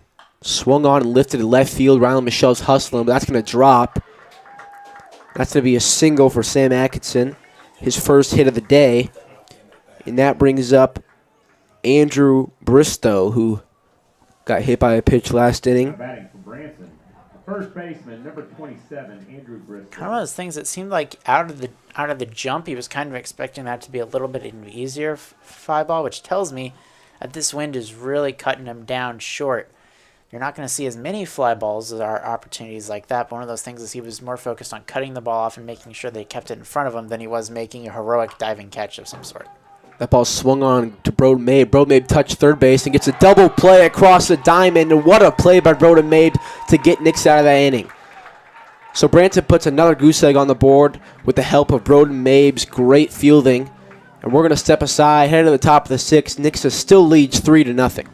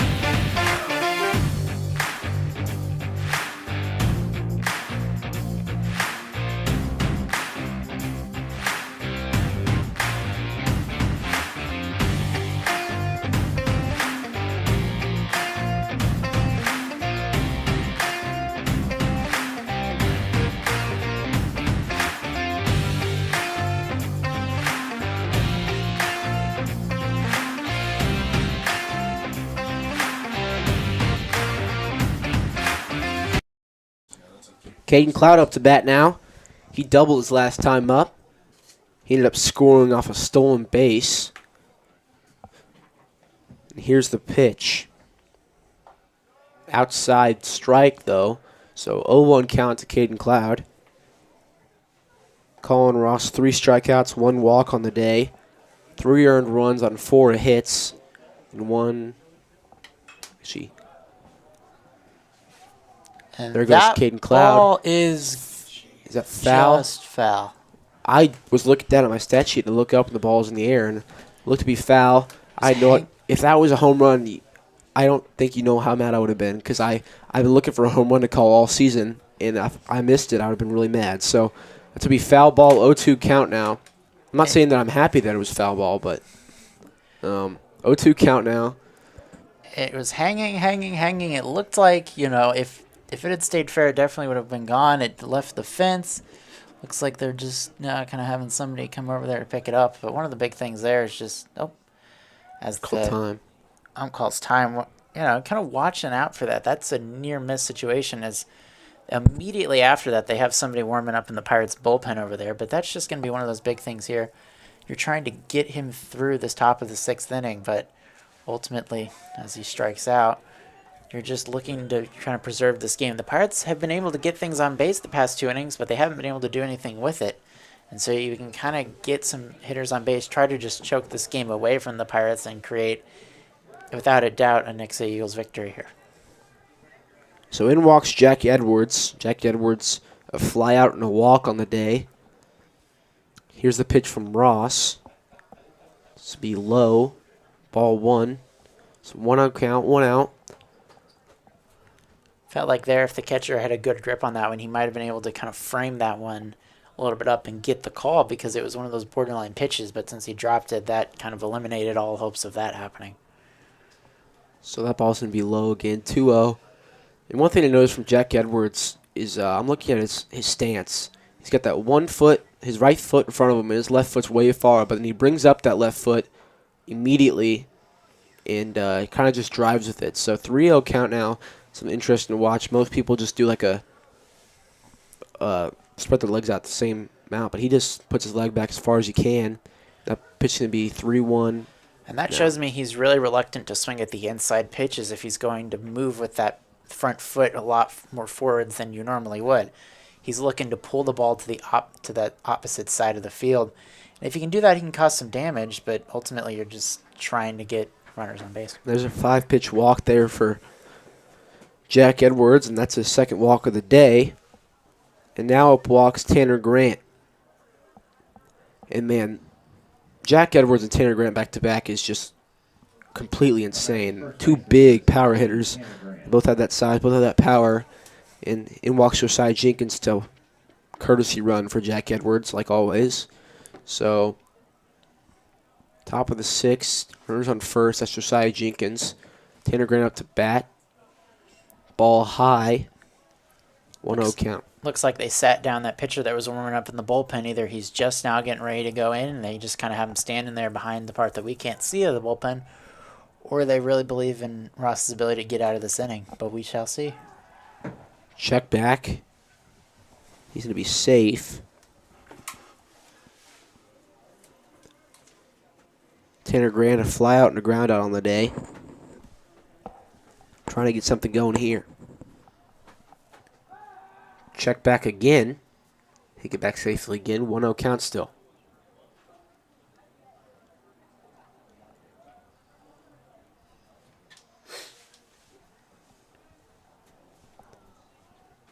Ross gets the sign. Checks back. Here's the pitch. Grounded on the ground to the second baseman, Sam Atkinson. He scoops it up and gets the out. And that will be the 2nd out of the inning, but not without Josiah Jenkins advancing to second base. Batting number 14, Reese Sternberger. Reese Sternberger up to bat now. Usually on those types of plays, when you can get that ball to a little bit closer to the first base bag than the second base bag, the second baseman's got to run over and go get it and grab it. And he doesn't really have enough time to fire to second base for even a chance at a double play, so you just get the for sure out at first base there. So Reese Sternberger grounded out his last time up, but he got an RBI, so that puts him in first place for RBIs on the season so far. So he has 10 right now. There's the pitch to him, high. 1-0 count now.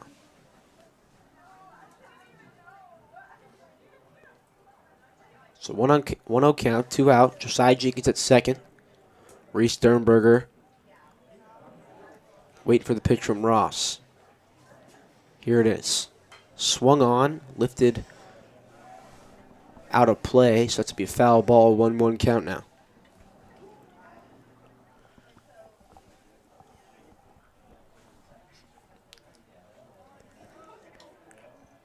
So 1-1 count, 2 out. Runners on second. Here's the pitch. Curveball high, 61 miles per hour. 2-0. I think things too. The sky has been pretty overcast throughout this entire game, and we talk about the wind pulling the ball more towards that right field line, but when you don't necessarily have a sun, there's not necessarily a hitter or pitcher advantage or disadvantage when the sun's setting. That might be a little bit different here later in this when we talk about the JV game, but one of the big things for now is it's not really going to be that big of an impact as it would be without all these clouds. So 3-1 count now, 2 out. Here's the pitch. Inside, and that's a walk. And Josiah Jenkins is going to get to third with runners on the corners. Yeah, one of those things there, as a catcher, you try to keep the ball in front of you, but in that instance, he kept it in front of him, but he just thought it was behind him. He kind of did a little 360 spin. He was looking around like, where's the ball? But he didn't necessarily get it right away. Colin Ross had to kind of point it out to him. It's right there, and then he was able to get the ball. But by that point, it was way too late. Check back to Reese Sternberger. He gets back safely. So 2 out now. Broden Mabe walks in. He has a single in the second inning, a strikeout in the fourth. And in comes the coach for Branson.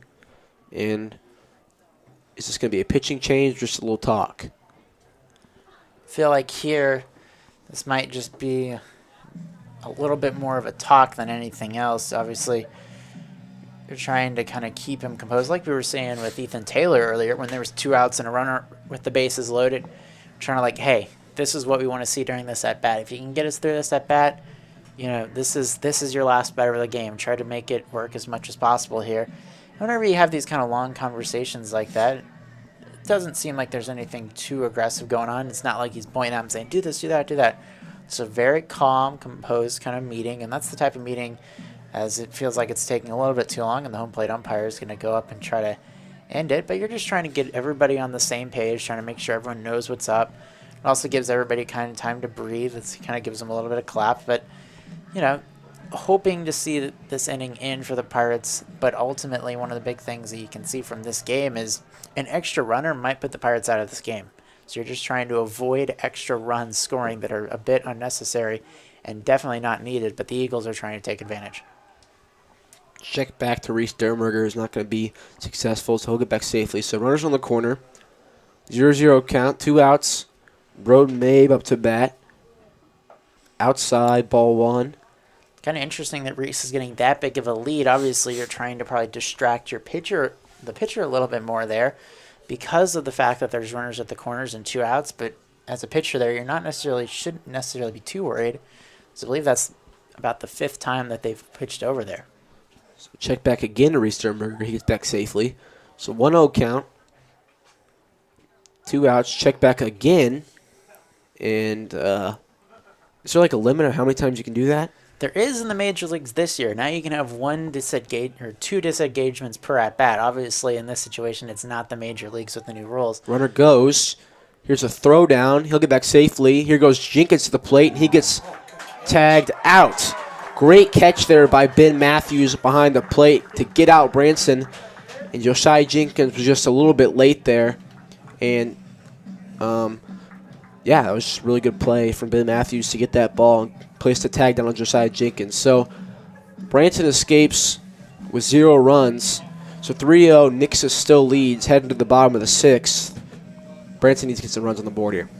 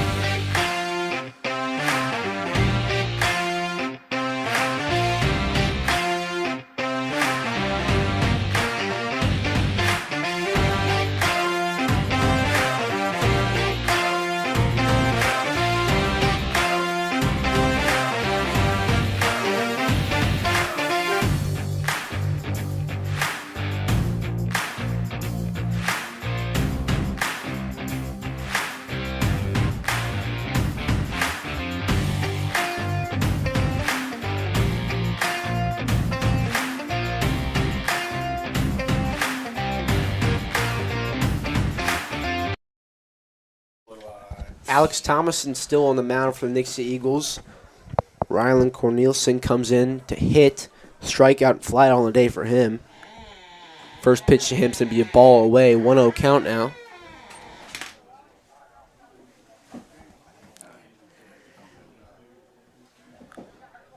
So 1-0 count. No, it didn't die. 1-0 count. Strike one. Jordan Burns somehow shut my Chromebook off mid-game. Don't know how that happened. Did you reset it? Mm-hmm. The 1-1 from Thomason is going to be just outside off the top side of the plate. It'll be a 2-1 count. Close call. There was a... You have to look at the mile per hour real quick because if you don't, it looks... I was like 47 mile per hour. That doesn't sound right. That was the throwback from Jack Edwards. Here's the pitch. 80 mile per hour fastball. Low. 3-1 count. So, Rylan Cornelison trying to get something going here for the Branson Pirates. Well, going to get something going, you can't be swinging at balls like that. So 3-2 now. Yeah, those type of slider pitches where, again, it almost looks like it's kind of in the low part of the zone and then just kind of dips at the last second. Obviously, as a hitter, you're trying to avoid swinging at those, but sometimes you just can't resist. That ball swung on, grounded to Colin Usry. Colin Usry fields it cleanly and gets the throw to first base. I couldn't focus. Burns was tapping my arm. What? No, I don't. Use the mixer one. The power one. Sure seems like Colin was a lot more focused than you were, Aiden. Yeah, he was. Got that. Looked like he was going on for a little bit of a bare hand there, but then kind of took it back and was like, you know what, I can just kind of field this one regularly. But was able to get the out. Strike one, inside corner, 0-1 count, 1 out. Kind of a delayed call there. But Cade Grimm single his last time up.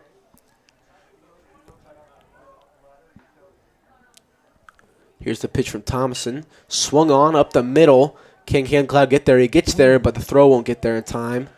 Doesn't even get a throw off. So it's like he might have sat on the ball in his slide. He kind of just awkwardly ended up with it. Kind of just shook his head and was like, well, okay. But he was able to keep the ball in the infield. It probably didn't matter that much. It wasn't going anywhere beyond if it didn't land in the outfield or in the infield. But trying to keep the pressure on the base runners, especially for Branson here, as they're trying to get some runs in.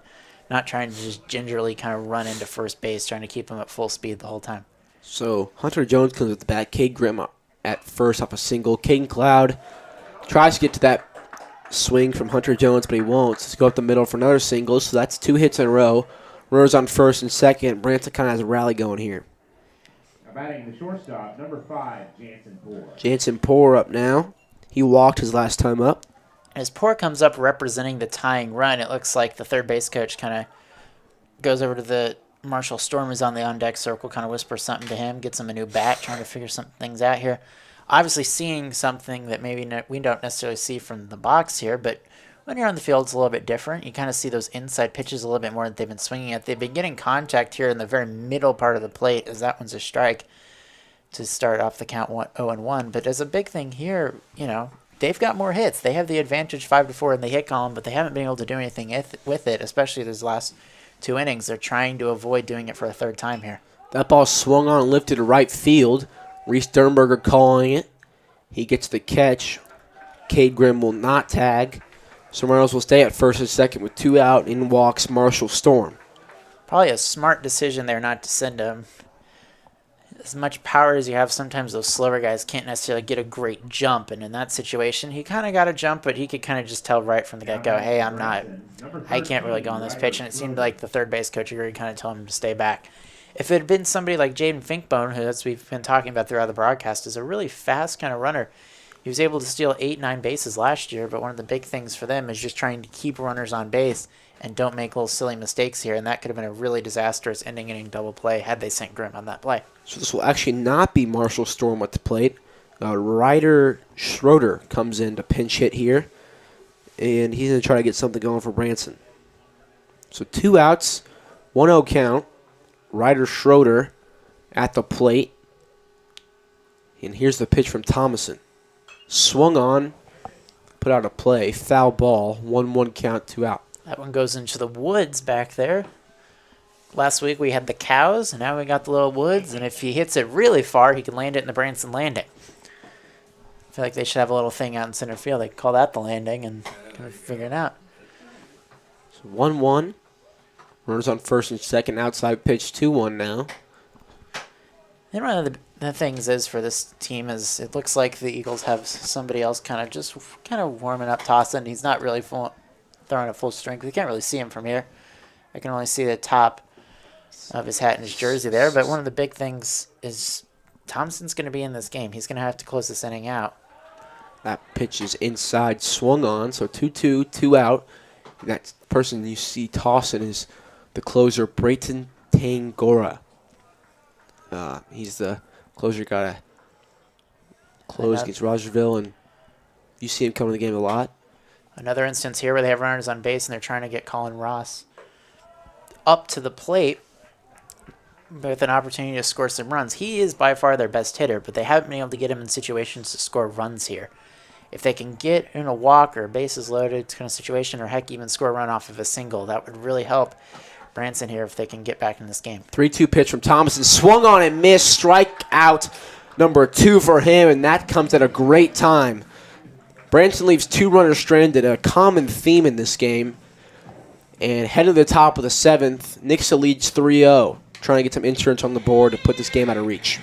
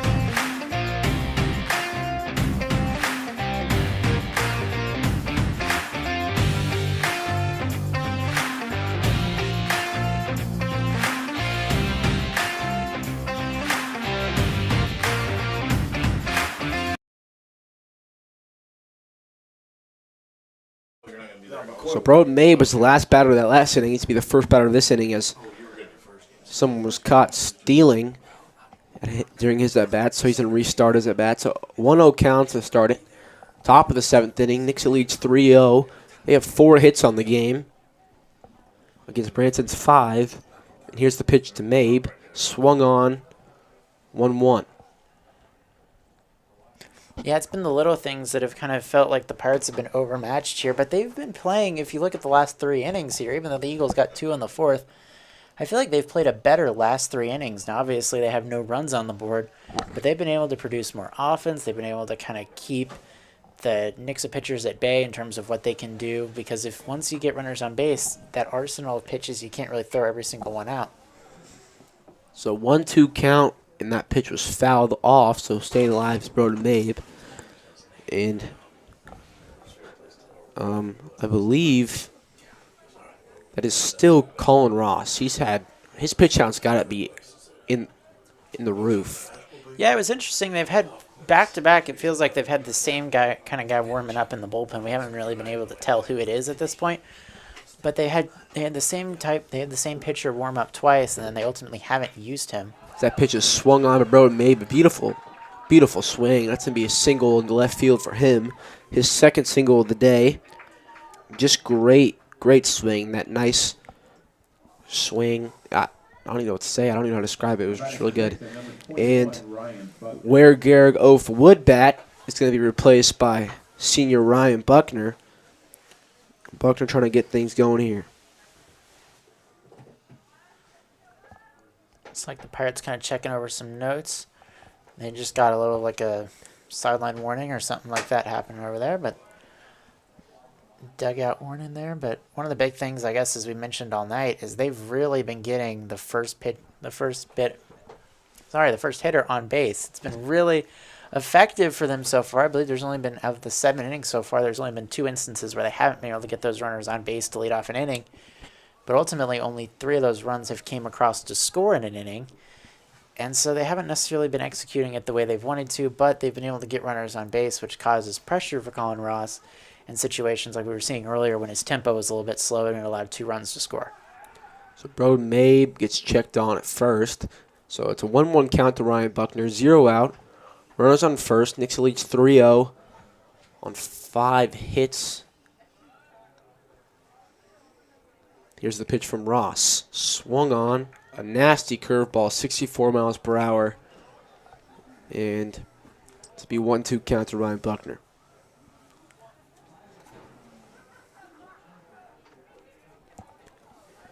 Buckner also really hogging inside the plate. That pitch is going to be low and away, so 2-2. And I think he beats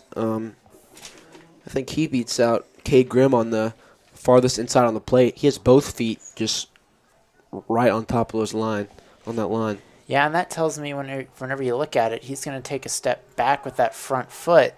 But one of the big things there is that kind of tells me he's looking for the inside pitches. He's not necessarily looking on the outside, because on the outside you're more likely to bring your foot forward. He can't really bring his foot forward all that much. That pitch is swung on and fouled back, staying alive. And I think if there was an award for most checkbacks to first base in a game, I think Colin Ross would win it. And now as we're looking at it, his front foot is on, it's almost over the line. I don't know if that's some sort of kind of infringement or something like that. But that could. So the pitch is swung on and fouled back into the stands. Be 2-2 still. I mean, even if you strike out here, it's still a great at bat. You just knocked off, what, 8 pitches off of Colin Ross's pitch count.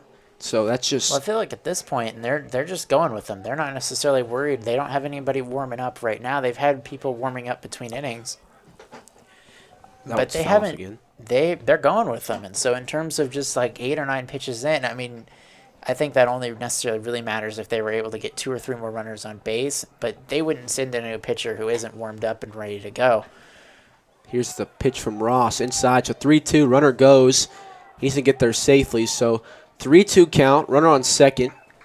Ryan Buckner is still at the plate. He's had a really, really good at bat. I'd say about 3 or 4 foul backs. Fought back into the count to make it a full count. So 3-2, 0 out, runner on second. We talk about the quality at bats here, and Buckner certainly had one here. And he fouls it off again. Fouls off another one, but you know, you're looking at it. He's kind of just like, he's got a big smile on his face. You know, he doesn't necessarily get all of the opportunities. He's probably not one of the better hitters on this team. But whenever you're to show your coach that, hey, I can make contact, I can keep an at bat alive, that's going to be really important later in the year when Coach Hughes has to worry about who he's got to rely on to get those quality at bats. Here's the pitch, swung on, strike 3, but that's about as happy you can be as getting struck out, because you just had a really, really good at bat. And Buckner does start a lot sometimes. He rotates in and out. And there's about 9 people on a lineup card, and I'd say about 13 of our roster sees that lineup card a lot, because this team is really, really good. And if you're a really good baseball player, Nixa is a really, really hard school to go to, because you have to fight for your spot no matter what position it is. And I think we've seen that all year, people getting switched around. We've seen Reese Sternberger at second when he's usually at right field. It just depends. Everyone gets switched around. That pitch is swung on and hits Ben Matthews in the face. So Colin Usry's out to bat. Single and a walk on day for him. That's part of the reason why I'm in the booth and not on the field. But Nixa's a really nice program. Obviously, as we know, they've been able to really, attract, as we were talking about earlier. Garrick Oaf is from Parkview. The pitcher today, Ethan Thompson, was from Idaho. So we've been able to bring in lots of talent from across the state and the country. And ultimately, we're a blue ribbon school. We have the athletics, we've got the academics, we got the ATOS building, which may or may not have some fire issues every now and then. But one of the big things is just Nixa is a great place to live. And so we can bring in extra talent that makes your team just as more competitive when you talk about the state landscape of Nixa baseball and other sports too. Inside pitch was blocked by Vin Matthews. So 1-2 count now. Bro May was kind of taunting Matthews there, trying to figure out if he should go or not, but Matthews chased him back to second base. So runner on second, 1 out, 1-2 count. Colin Rushery up to bat. Trying to hit home Bro May for some insurance. Here's the pitch. High, 2-2. That situation almost kind of felt like a pickoff attempt. The catcher, even though that pitch was kind of designed a little bit high, he kind of just had a little bit of stare down with Jenkins out there, just trying to keep this, trying to keep him contained here. Because as we mentioned, bottom of the 7th inning coming up, Pirates got to put some runs on the board if they want to get anywhere near close to this game. Strikeout number 6 for Colin Ross, and to be Colin Rushery's first strikeout of the day, and in walks Wyatt Vincent. He has a triple on the day, ground out into a double play, and a fly out. Trying to get something going here in the top of the 7th. So Bromave's on second. And it looks like before the pitch, they're probably going to, I don't think they'd be subbing him out, or maybe they will be. They bring out number 24, it looks like. He kind of walks up. He might be the new pitcher. I don't know what's happening here. I think they might bring in a field. I think they're bringing in a fielder to. Double switch. No, 24 walks back. I believe 24 was the guy out in the bullpen that was kind of warming up the past couple innings. So he kind of is leading the charge right now, it looks like. Kind of starting some conversations, and it looks like they're have a little bit of a double switch here, it appears. Yeah. So 27. And what a day for Colin Ross. He gave up 3 runs, but he's had a really, really good day. He had 6 strikeouts, 1 walk, 3 earned runs on 5 hits. And so number 27, that's Andrew.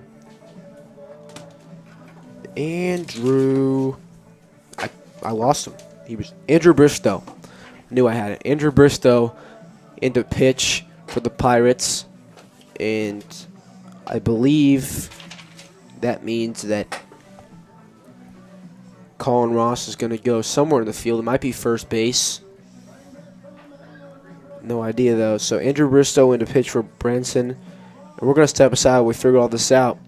Nixa leads 3-0, top of the 7th, 2 out. Coming up is Wyatt Vincent.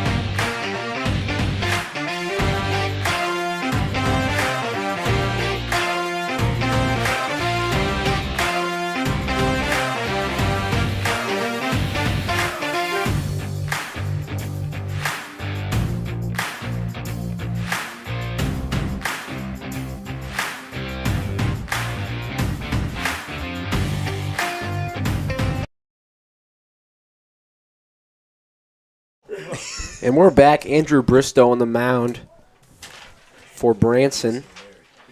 And Colin Ross went to first base like I assumed. Here's the pitch from Bristow, and it hits Vincent. That's not a good way to start your relief. So I'll put Vincent on first base. Looks pretty good during warm-ups. That pitch just kind of slipped out on him there. It's a little bit different when you got somebody in the batter's box, but on that pitch, you don't want to keep runners on base, but in that situation, nobody advances, just that extra runner, which at this point is kind of irrelevant when you're trying to hold, just trying to get one out here. So Ronald Michelle walks in. He grounded out his last time up. Broden Mabe on second, Vincent on first. Here's the pitch inside. Almost hits Michelle, but will sneak past him. But it's still going to be a ball. So 1-0 count, 2 out. Eagles hitters themselves trying to crowd in that inside part of the plate. Probably wasn't the reason why that last pitch was a hit by pitch, because it hit him towards in the back. So, but obviously you're just trying to keep him in zone. As that pitch is swung on and lifted to center field, Marshall Storm's going to get under it and make the catch. I'll get out of the inning. So Branson needs 3 to keep this game going, 4 to win it. Be right back.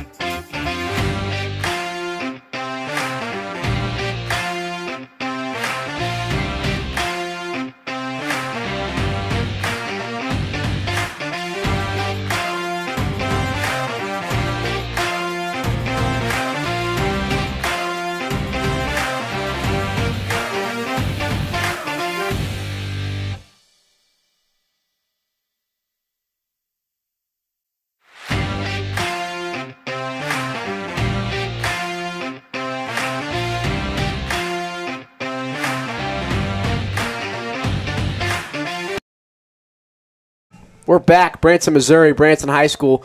Brayton Tangora into relief. Get his final, get a save for him. Can't stop laughing right now. Fouled back by Colin Ross. 0-1 count. Brayton Tangora, you saw him in the Rogersville game. He pitched an inning and got pulled for Elijah Adams. And he's a really good closer. Someone you want on your team as that pitch is fouled again. So 0-2 count. Feeling a bit jittery, Aiden? Is everything okay? I'm all right. I'm ready to run through a brick wall after Brock Blancett's pre-seventh inning speech. So 0-2 count. Tangora looking for the first put out of the inning. That ball is hit to Colin Usry. It gets past him, though. That's going to be a leadoff single for Colin Ross. Now walks Javen Finkbone. He has 3 strikeouts on the day. Yeah, we've talked about him a lot today, but he hasn't really done much on the bases, or just at the plate in general. You know, he tried to bunt that first time, didn't was able to do it so far. 3 strikeouts isn't great, but he could change things all with just a ball down the line or something here. That ball's fouled down the third base line. 0-1 count. And Colin Ross is going to have to hustle back to first after he ran. So 3-0 is the score. But not without Branson leading in hits. They're up 1 right now. They have 6 hits. Nixa has 5. So here's the pitch from Tango. Lifted right field, which would be a foul. So 0-2 count. Runner on first. Looks like if need be, they got another Nixa Eagle out in the bullpen. He's got a jacket on, so he's not really like warming up. But ooh, That ball is off the ground and hits him, and I don't think that doesn't count as a hit by pitch since it hit the ground. It does not. No. So 1-2 count, 0 out.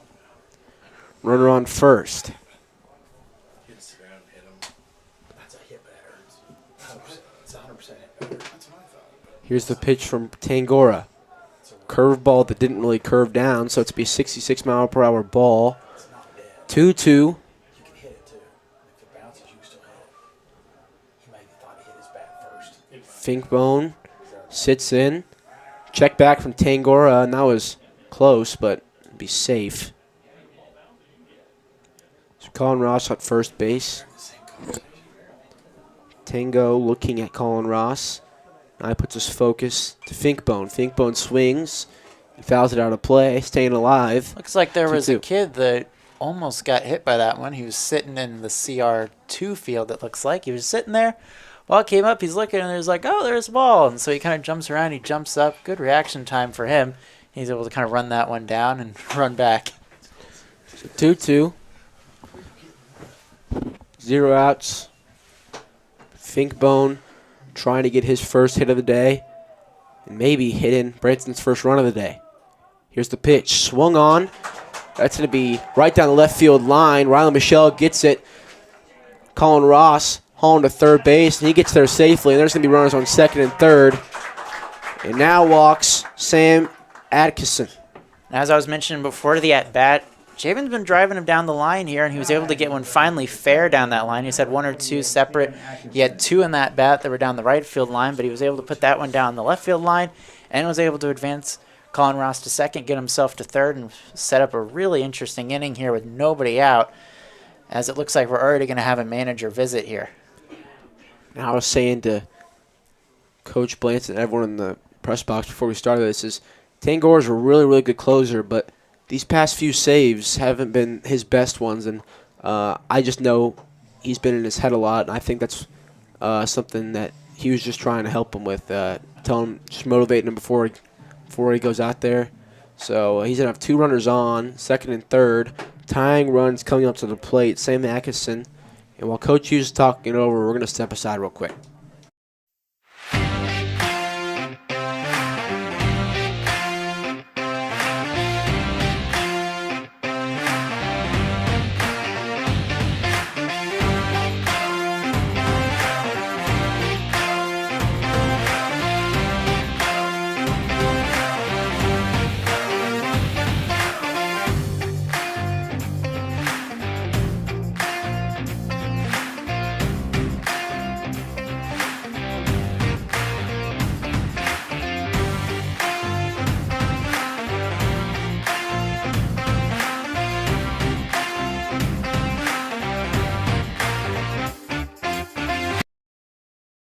Here's the pitch to Atkinson. Ball outside. Just kidding. Strike outside. 0-1 count. Runner on second and third. 0-1 count. Sam Atkinson trying to hit home Ross and Finkbone. Here's the pitch from Tangora.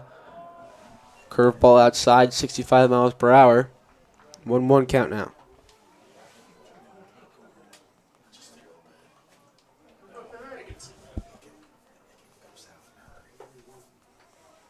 Second and third. Branson, 7 hits on the day. And that pitch from Tango is going to be outside strike 2. And Branson fans oohing on at that one because they didn't like that one.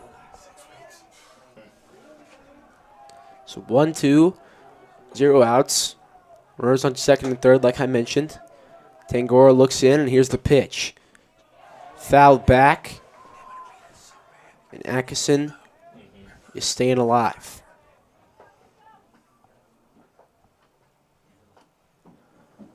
Branson, like I said, beating Nixa on hits 7-5, and they've left a handful of people stranded on base today. trying to not let that happen right now. Tangora looks in. Here's the pitch. Outside, ball 2. Being very, very selective here. He wants to try to at least get on base. Obviously, if you can load the bases, represent the tying runner at first. But one of the big things here is you're just trying, if you can get a blade, if you can get a pitch that's hittable, you can be able to advance that runner. But he's just trying to be very selective with what he swings at here. Here's the pitch. Foul down the right field line. And I'd say if he swung just about 2 seconds earlier, that ball is right down the right field line. 2 seconds earlier, and it's in the pitcher's hand. What? Not 2 seconds. You know, I'm at 1 second. You know, not really good with that. Off the ground. What are you talking about right now? Yeah, You get know- some you Wii know what I Sports, meant. get some practice You know swings what I in on meant. Wii Sports. You know before- what I meant. You know what I meant. We're in a really tense part of the game. You guys are just... Jordan Burns is so unprofessional. 3-2 count. Swing and a miss. Strike 3. And he... Wow. Not happy. Slams the bat on the ground. Have to think that would have been ball 4 there, so obviously that anger is the fact you swung at it, but it was one of those pitches that was inside and then floated on the outside part. We've seen that kind of a lot from these pitchers here, obviously. You know, you're not throwing it super fast. One of the big things on that one, with it being a 67-mile-an-hour one, was that the fact that, you know, the wind felt like it was blowing more in that instance, so maybe it moved off the plate a little bit more than he intended there. But obviously it works if it works. Second and third, 1 out. Ball 1 to Andrew Bristow.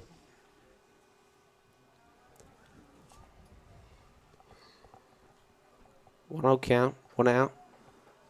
Tangora with the pitch. Outside, ball 2. Well, this situation, I think it's kind of interesting here. You might as well, I mean, obviously with it representing the tying runner, if you don't think that the batter on the on-deck circle is going to somehow walk off grand slam, you might here with a 2-0 count just decide to maybe walk the batter. Here's the pitch. Outside, but called a strike. 2-1. And he gets the call there, so that kind of sets up a different scenario. If it had been 3-0, I would have said, hey, don't even throw the pitch. Just smoke him to third base. Trying to get that double play and play, or just trying to get something around to set up some easier outs. 2-1 count. Swung on, lifted. Jack Edwards throws his mask off. That's going to stay in the field of play, and Jack Edwards gets the catch. 2 outs, and that happened in the Rogersville game. And he walks in and goes, has that happened a weird amount of times this season? And something he practices a lot, something he's perfected, and really, really good about reading the ball. And also, is this Nixa defense is really good about talking, telling him where the balls go, telling him if it's staying in or not. And so is Coach Hughes. He's good about that as well. So now there's 2 outs, and the final hope is Rylan Cornelison. He grounded out his last time up. Runners on second and third. Here's the pitch. Ball low, 1-0. He's got to be very selective here. Obviously, he represents the tying run, which is a big thing when you represent the tying run. But when you've got a power hitter up on deck and Krim, you're just trying to get on base. And as we mentioned here, you have there's 2 outs in the inning. You're trying to keep yourself in this ball game. Here's the pitch outside. 2-0 now. But I think the goal is if you're going to swing at something, it needs to be something that goes on the outfield for a single, is able to score the 2 runs, and at least keep this Nixa pitching staff and this defense on edge here. But if you hit something in the infield, game over. 2-0, 2 out, strike. 2-1 count, 2 out. Cheers from Nixa's fans, sarcastic cheers, as they've been asking for some strike calls from Blue all game, and they finally got some.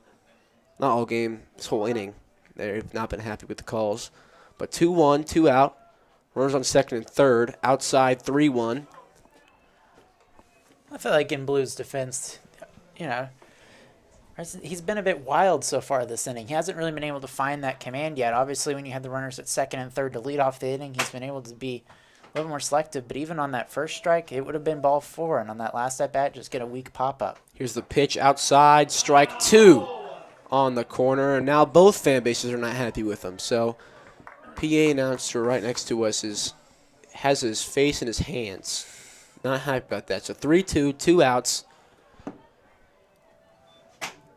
Rylan Cornelison with the Branson Pirates game on his shoulders. 3-2, 2 out. Here's the pitch from Tangora. That ball is lifted to left field.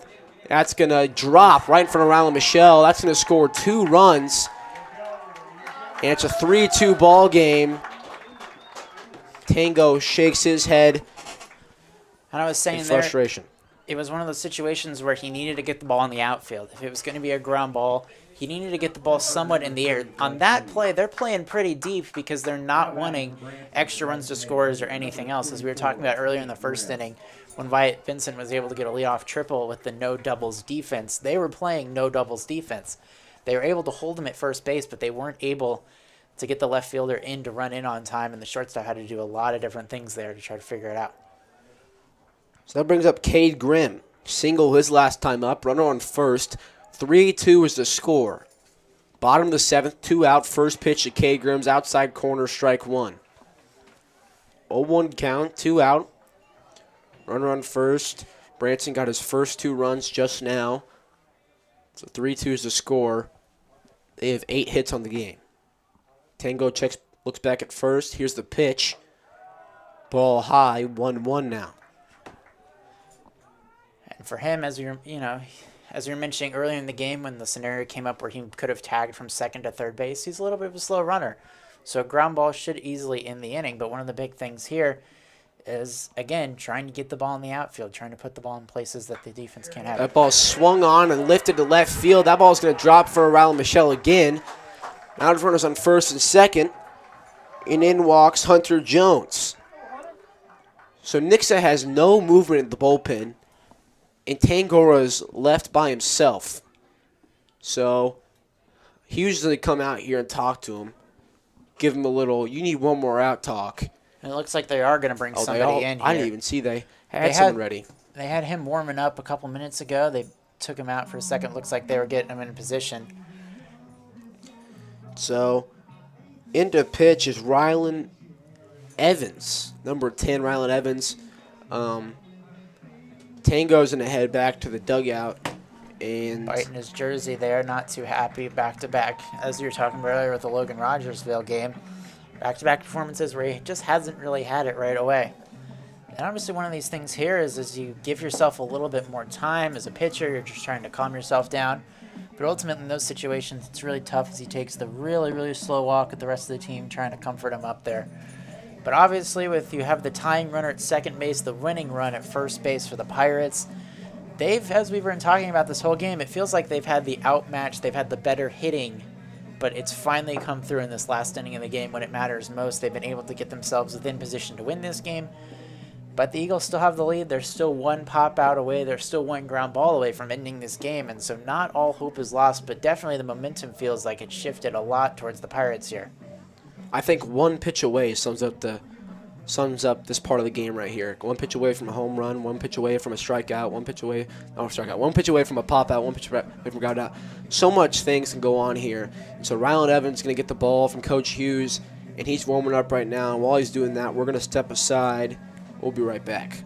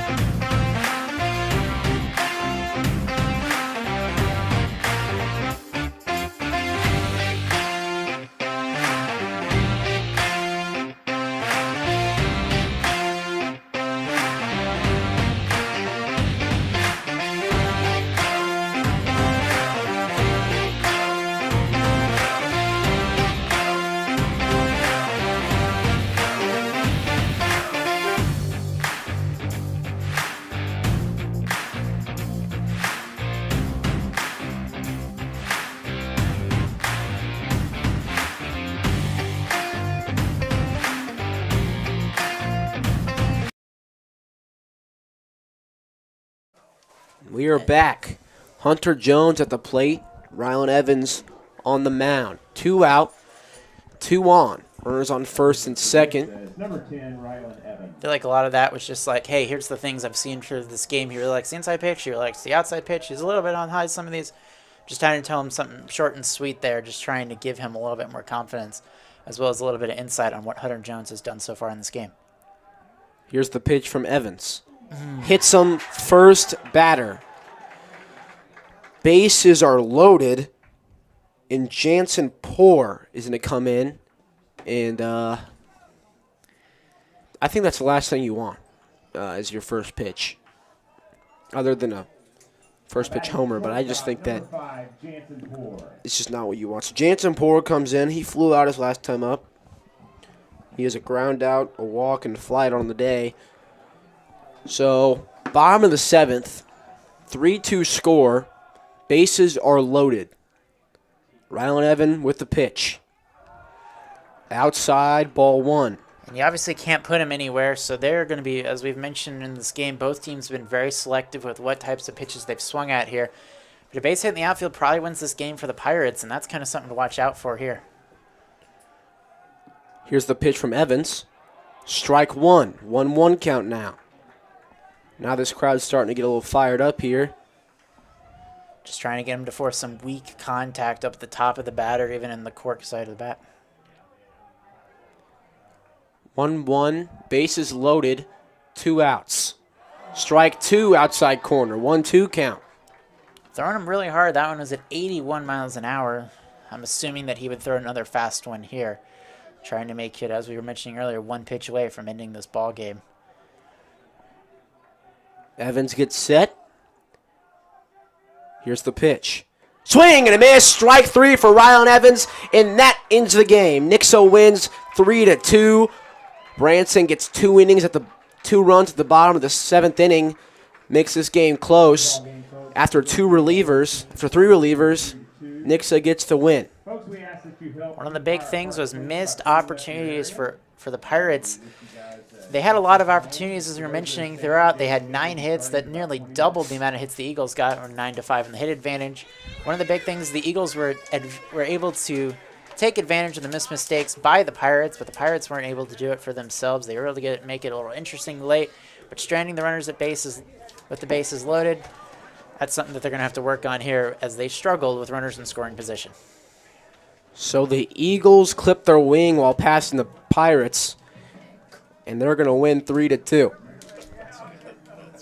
Burns liked that one. I'm Aiden Hopkins alongside my partner Eli Dean. We're going to sign off. There's going to be a JV game right after this. No announcers, though, so stay tuned for that. We'll be right back. Well, I'll be right back. We'll be back Saturday. Eli will be back Saturday. 2 games on Saturday.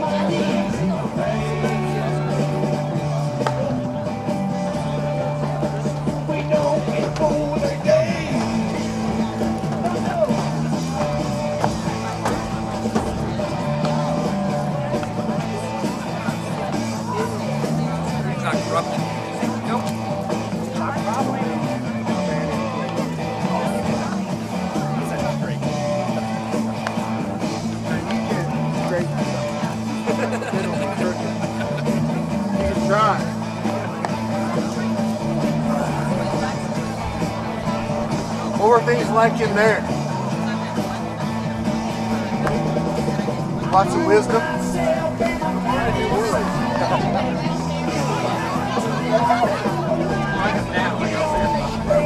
Burn that list.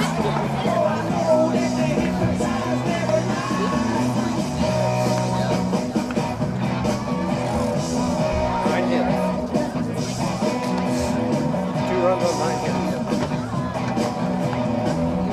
Good enough to win the ball. Just didn't do it all the right way. But that was good game. What we got worse?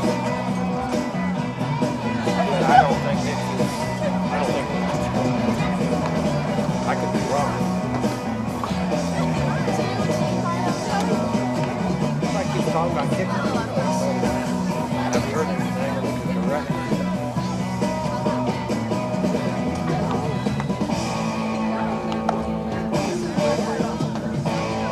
You know, I look at it for that's just like what they play early in the year.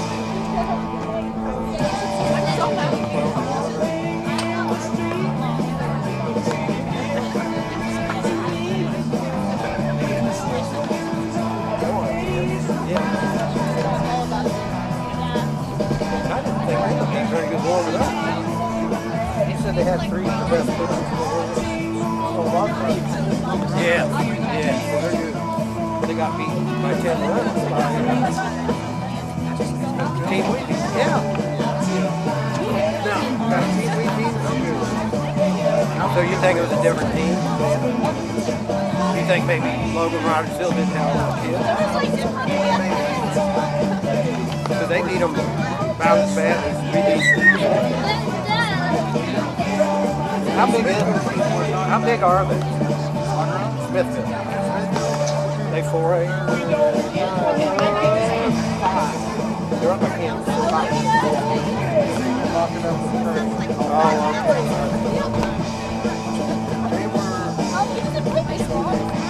okay. Oh, okay.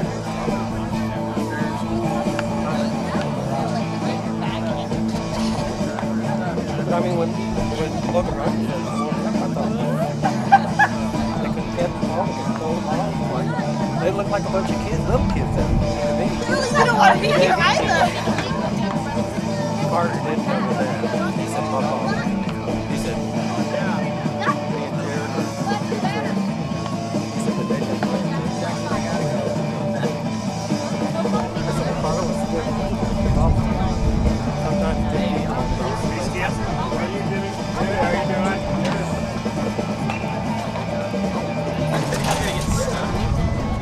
But the kid that plays with Jared, he's either leading or he's ahead of Jared.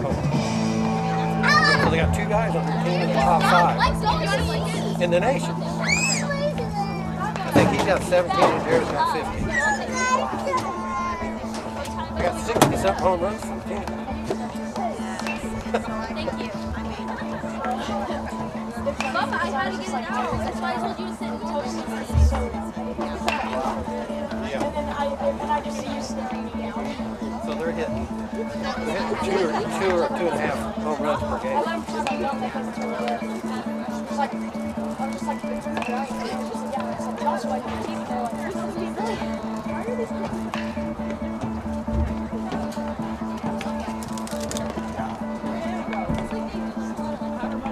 What's up, bud? What's up?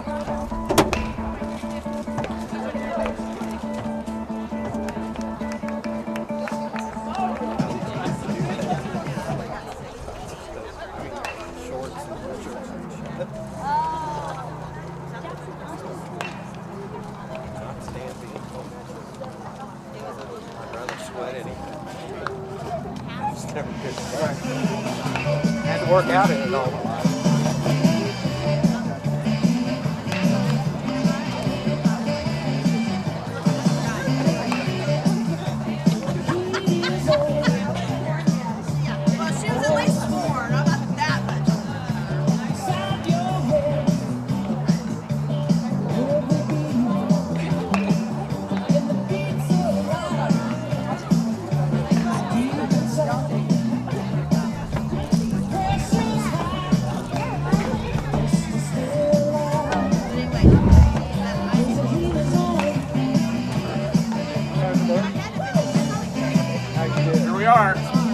ball game.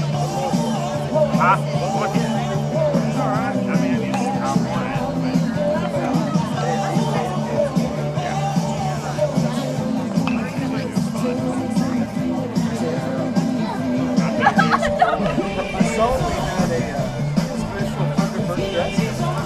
Graham, I know, all the way from Fayetteville, Arkansas. Came across state lines. Came across the state lines. Running from somebody. You better not be, he's got 5 weeks to graduation.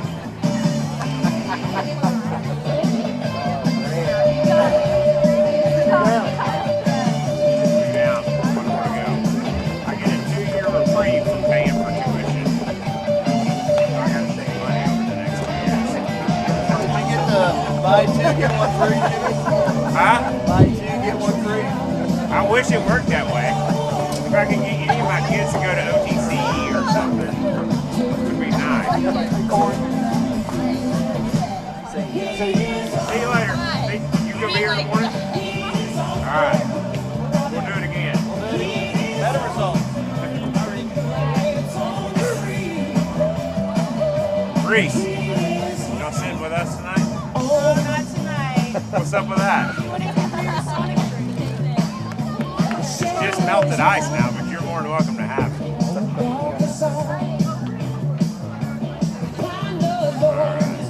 That's why Will. Baby brother. With no sleeves. Oh, what? They don't do this. Hardly anybody puts a jacket on.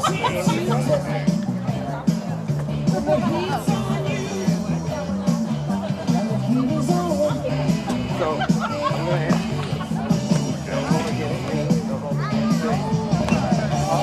Well, folks, we'll be starting our junior varsity game here momentarily. Starting off, pitching for the Branson Pirates, number 11, Will Funderburg. Want to remind you to be sure and visit our concessions for all your snacky needs. That's free base, and I need that run. So you bust your tail down there and be thankful you're on first. Yeah. Honestly, he needs me. I mean, I don't know what's going to help get this temper out of it.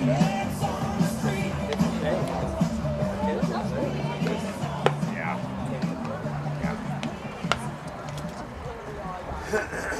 Yeah, I was very, very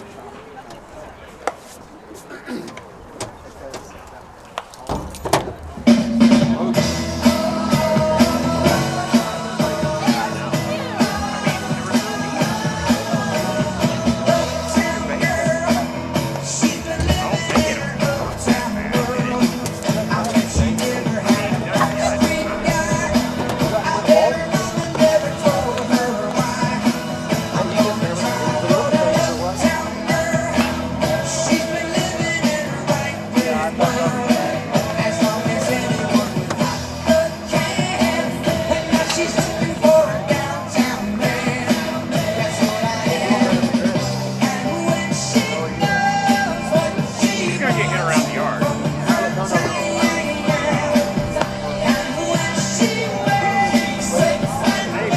Everybody's been saying that all year. Starting off for the Eagles, number 23, Parker Mann. It's tossed.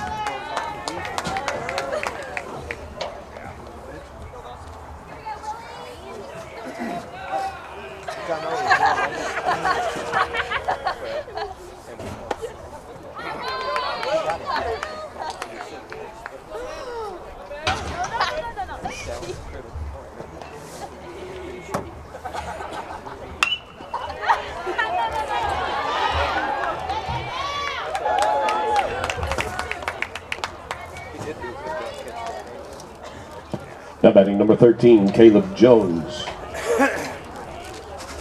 Thank you for your time, sir. Absolutely. Always appreciate it. Just don't hold it against me. Hey, we'll see you tomorrow. Yeah, I'll be here. Yes, sir.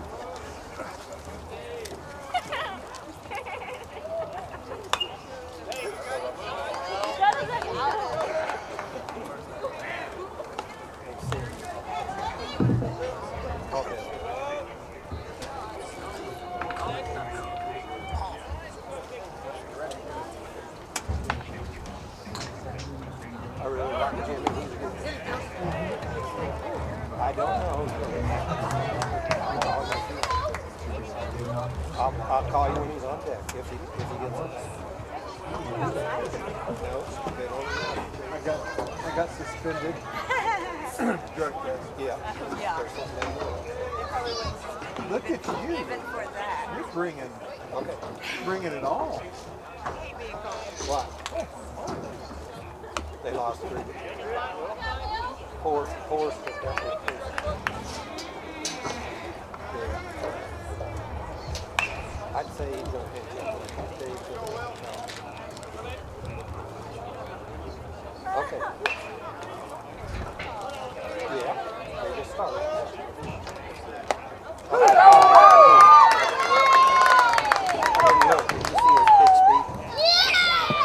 Now batting number 27. Not used to it.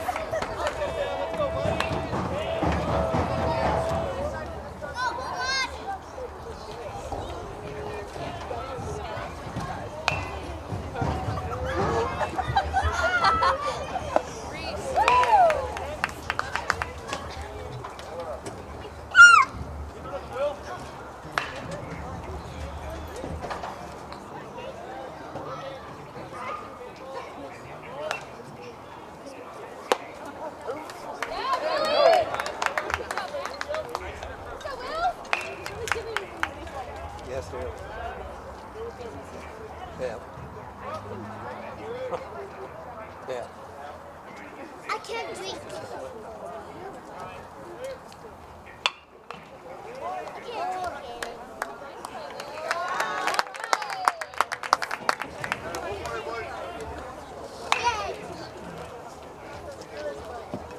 Now coming up to the plate, number 11, Alex Thomason.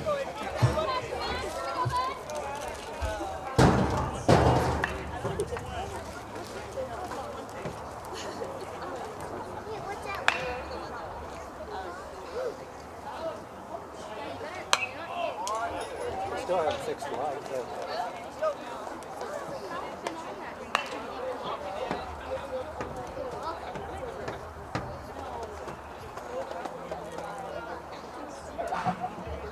Right. Oh. You got to do that for him or somebody else?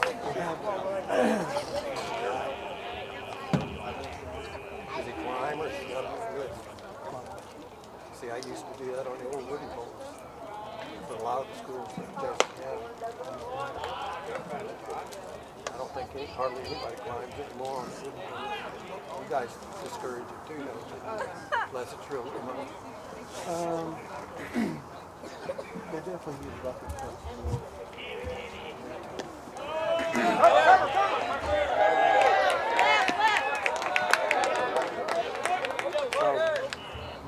Hey, not you, not on YouTube. All good. You know,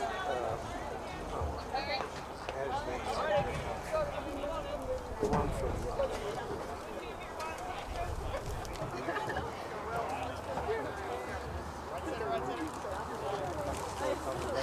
how the little guys play. He came over from college to play with us. That was cool. Yeah. Does he work with Empire or is he work he retired from Liberty? But did he work for Liberty or did he ever show you those pictures he had of it? Was there got electrocuted on that one pole? No, but There was 3 presidents laying on the ground like a little pole. They had to walk out to get them to find it. He said, well, the gun guy's out there. He came back and he said, you ain't gonna believe this. All 3 of those buzzers got electrocuted on the same night. Wow. I told you about the ball being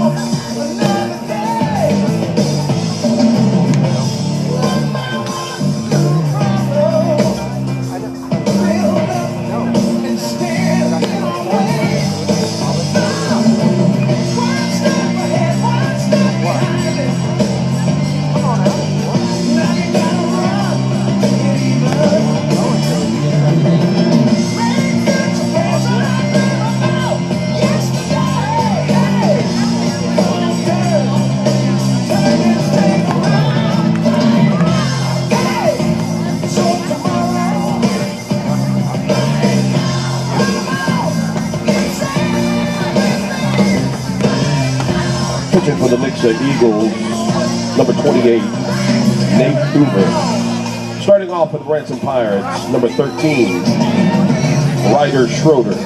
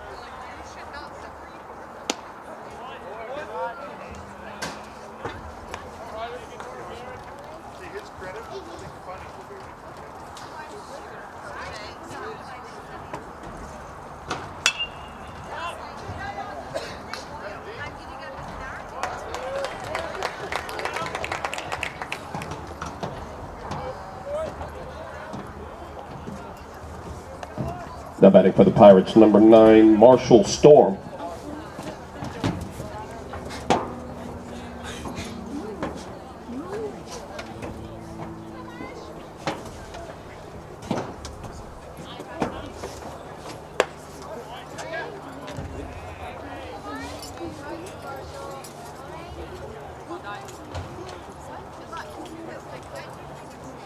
I've got them on the computer now. I got to figure out how to get them off.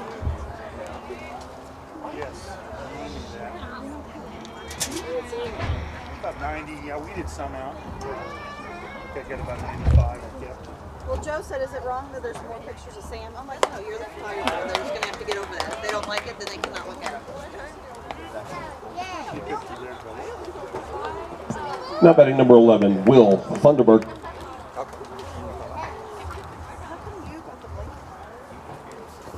No, I have another one. I have another one. I'm just giving him crap. 0 degrees sleeping. I just don't want to get in.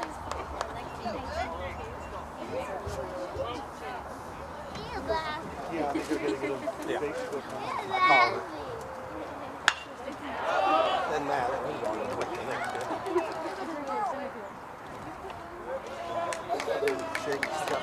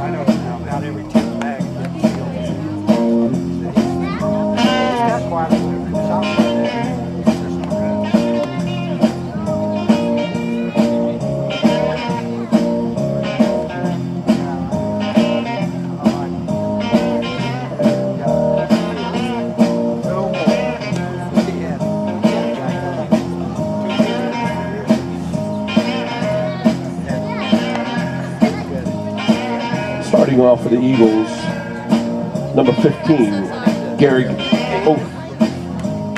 Field dressing, skin it, process free. Jim said I have to. He said, first of all, it's a $50 extra just to get it. Just to feel it. which I didn't feel good. And then I got mad at him, told him that was too much money, and Jim said, "Let's get out of here." And that guy started laughing at his counsel. I said, "Get out of here." Now up to bat number 28, Nate Uber. I don't know, but you know, he was wanting $225 or $50 worth of stuff. Jim said, "Look on the floor." I said, "Do I look like I need you?"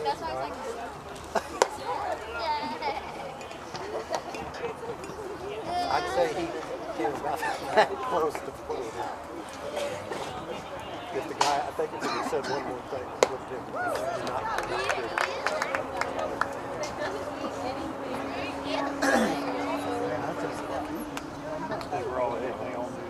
That's why they'll bring beer on these.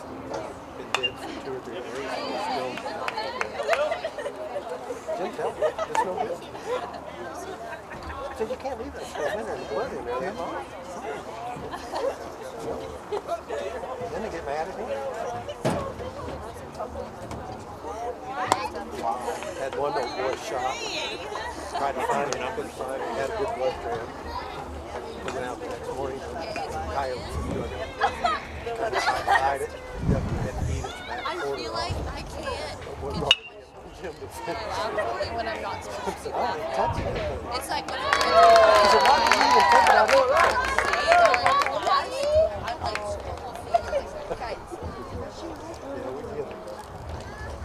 Now up to bat number 18, Drew Creed.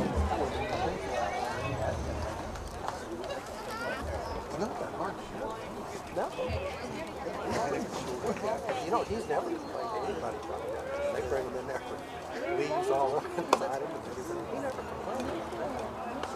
So that's 2 or 3 days. oh. Yes, people don't realize they can't leave the weather.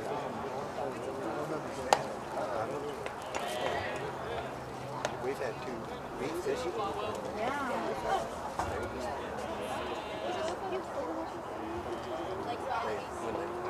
What? What do you mean? That's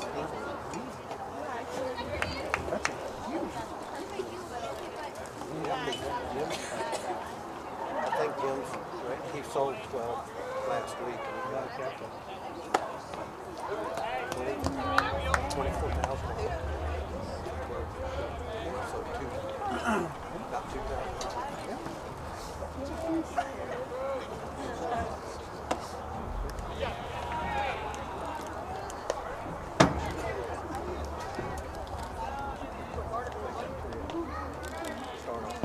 Now coming to bat number 26, Carter Fangro.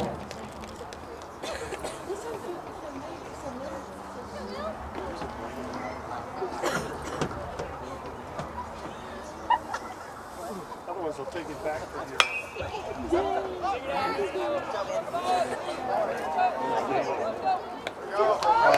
job.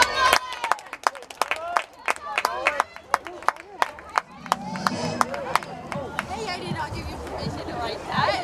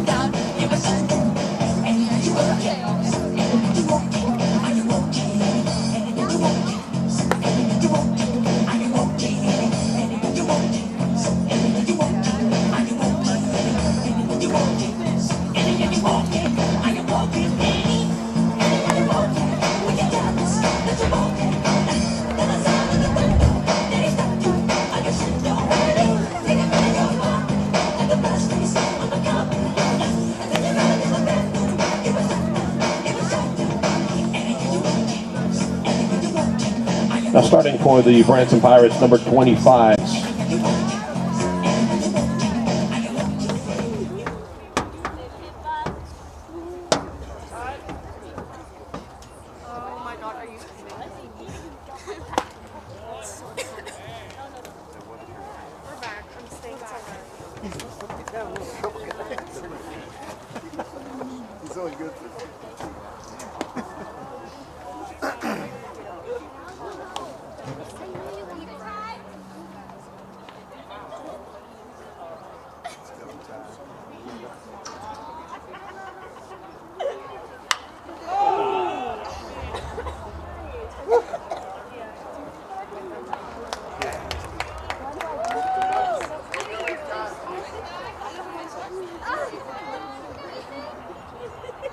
Now to bat number 29, Ethan Kennan.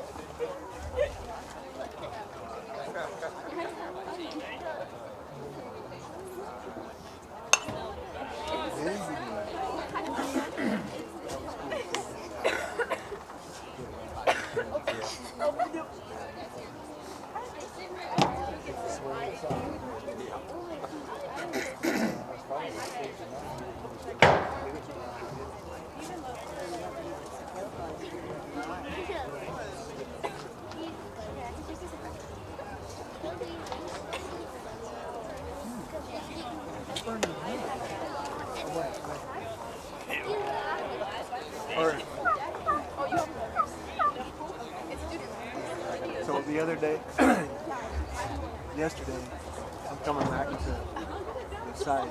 I turned on wide. Anyway, I turned on this side road, taking a shortcut down to our plane. I come over this hill and there's a hen turkey in the middle of the road. She's walking. She's been drinking or something. Back and forth, side to side, and will not go in the grass. Now batting for the Pirates, number 18, Keegan Asbury. And then all of a sudden this truck comes at me from the other direction. It stops. So we're just watching. And this goes on for a couple of minutes. No other turkeys in sight. Looking at the timber, there's a field right there. All of a sudden he got, I guess got his he went to go forward now. And she just starts walking back and forth, circle. Back and forth, back and forth. Will not go in the grass.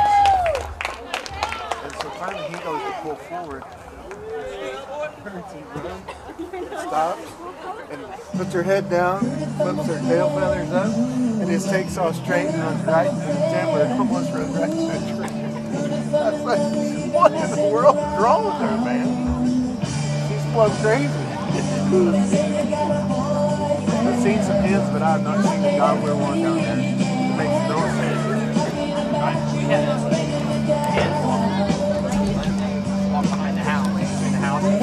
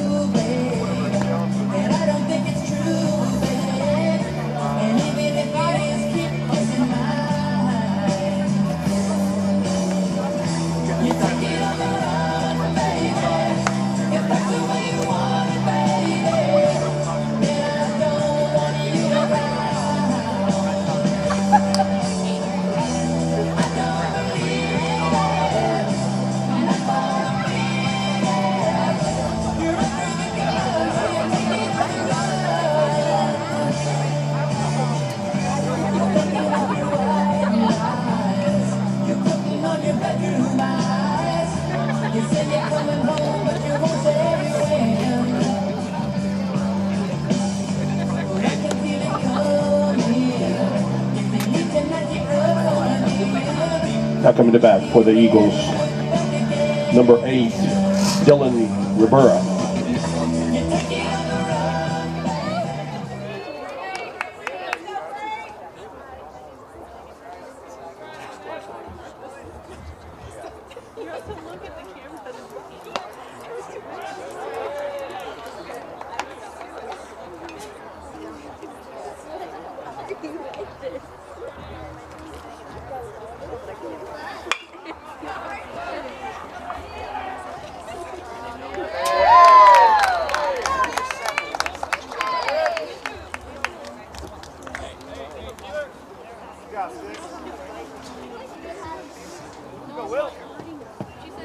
Now batting number 1, Josiah Jenkins.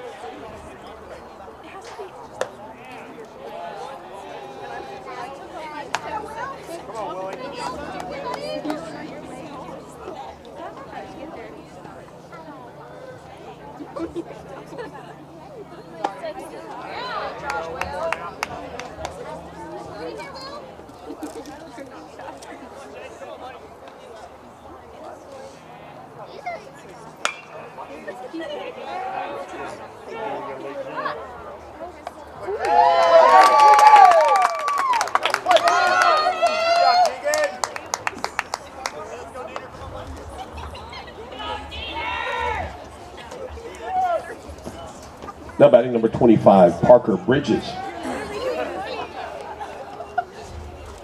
You guys see the guy that killed the albino turkey? He's all white. Where? Around here somewhere. I was in those areas.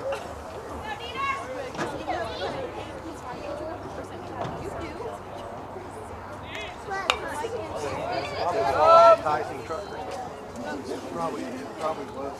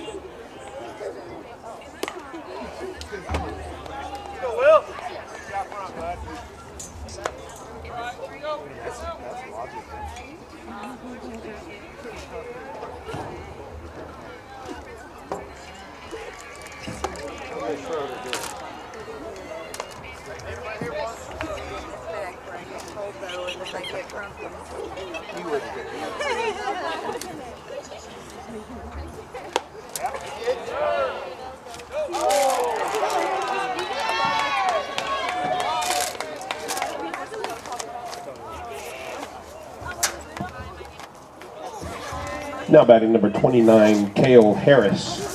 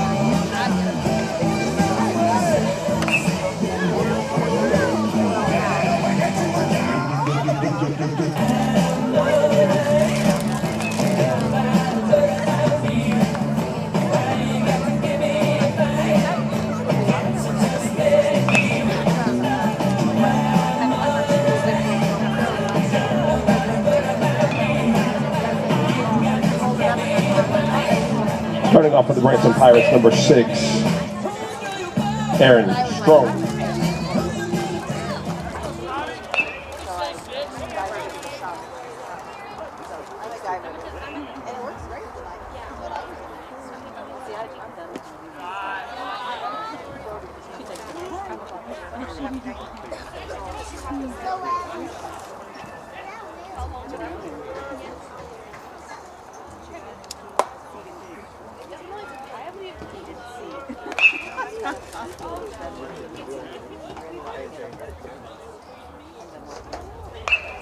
I'm still ready. Good cut, Aaron.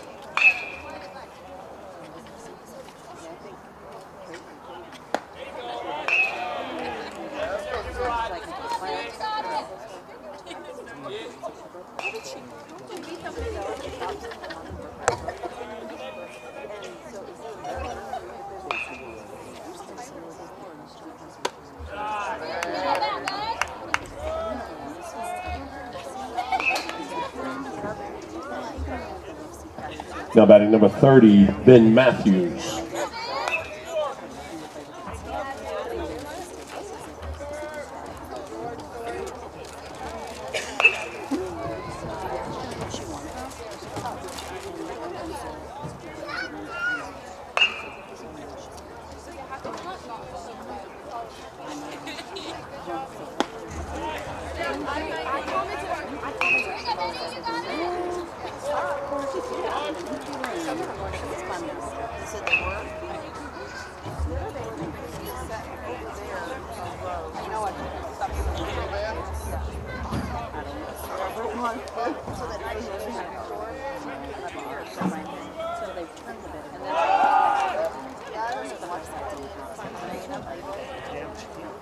Oh, there's your mom.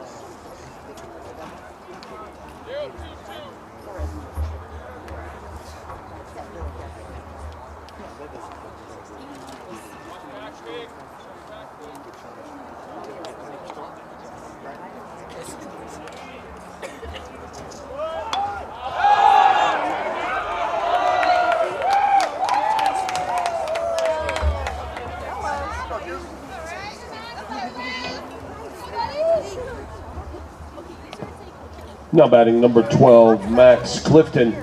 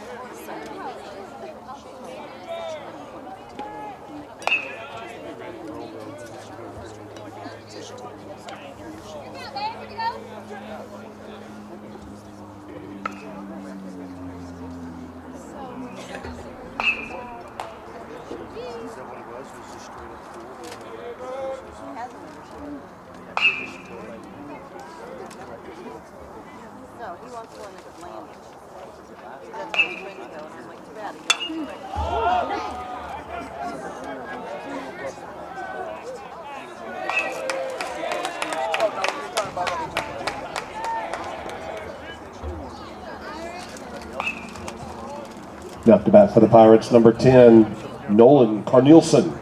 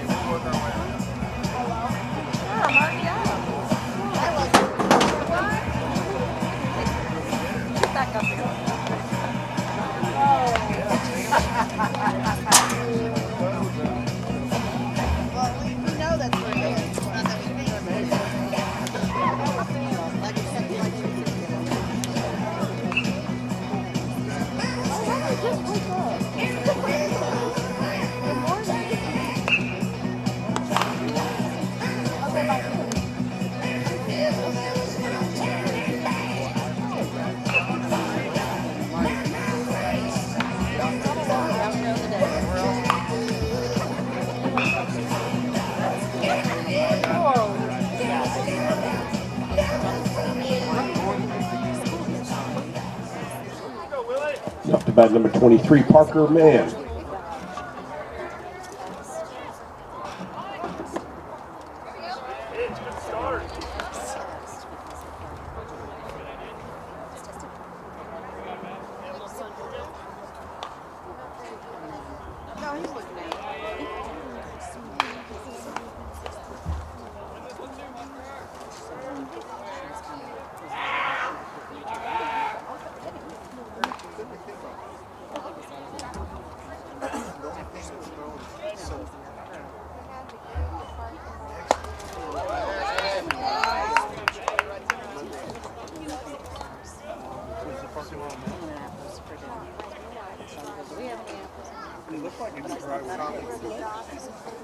So we dropped him off, and then it came in. So then she took me. There was some mud on it.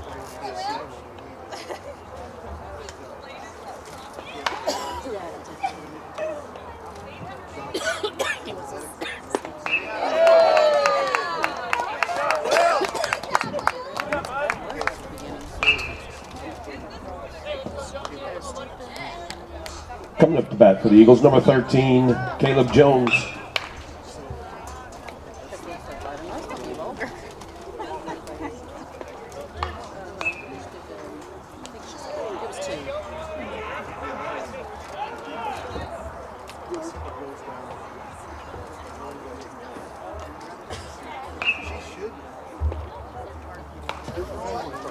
Now coming to bat, number 27.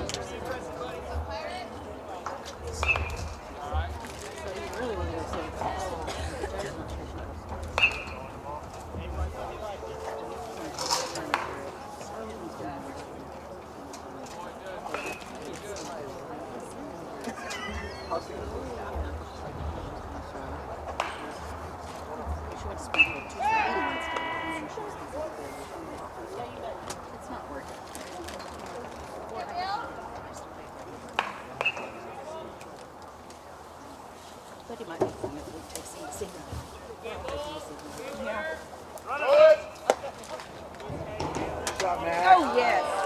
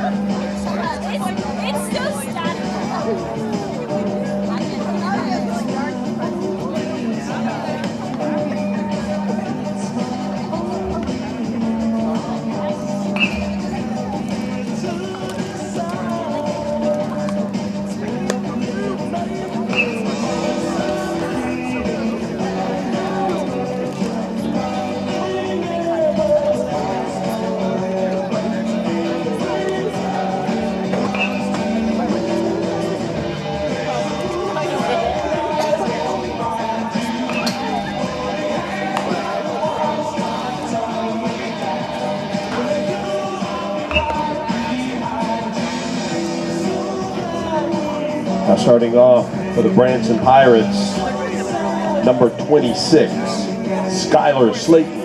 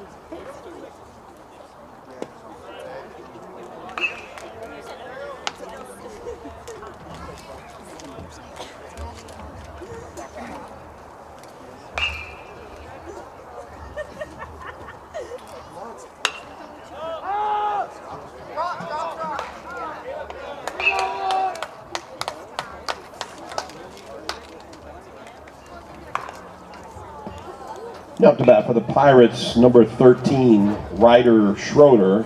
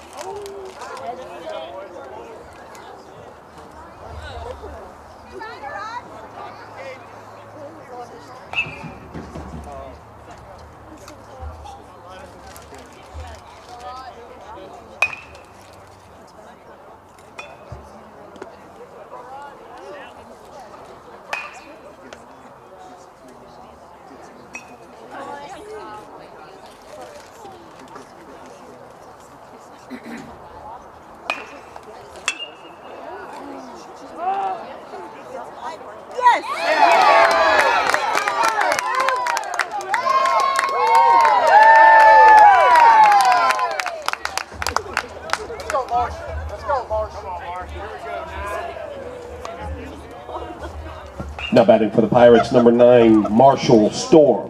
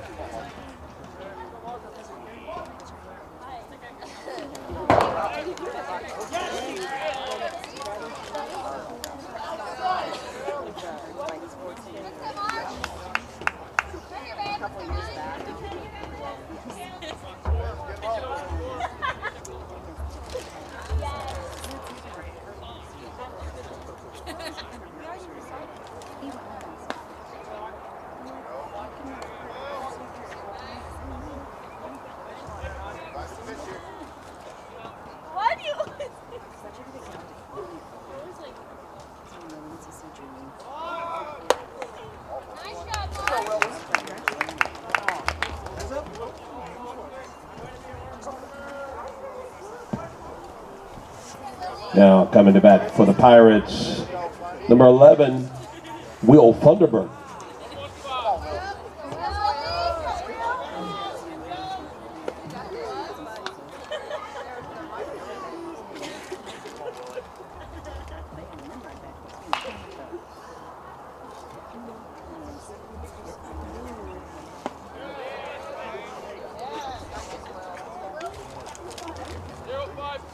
Come on, Will.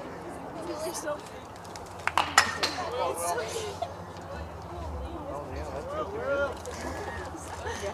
I worked really hard on it. And you should hear it when she's like,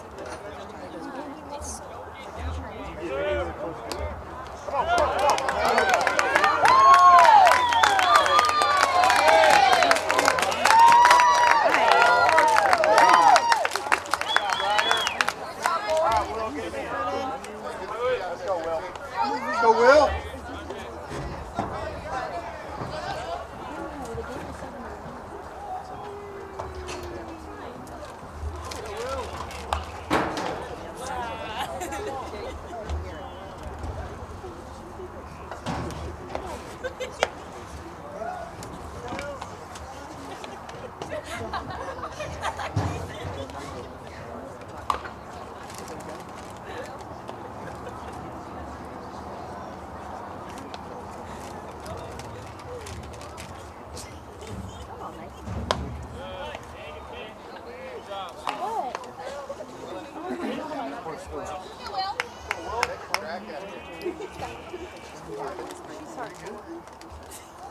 I decided, you know what, Gary just like it all the way up here, the second bag. I just did, so.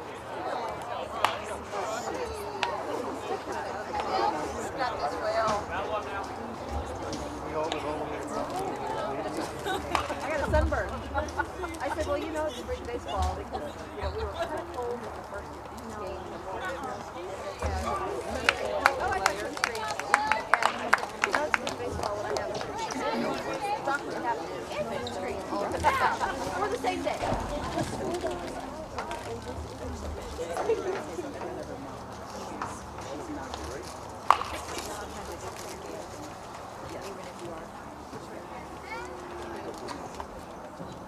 Everything but the everything, including the tide. You know, very nice. Hey, sorry, I didn't know. What's the matter with the clothes? Can't you tell that your tie is too white? Maybe I should buy some tab collars, work back to the edge of jive. Where have you been hiding out, making money? You can't press the flash until you spend a lot of money. Everybody's running out, YouTube. Funny, but it's still rocking. What's the matter with the car? A courtesy runner first, number 23, Adrian Truesdale. And up to bat for the Branson Pirates, number 25, Ty Jenkins.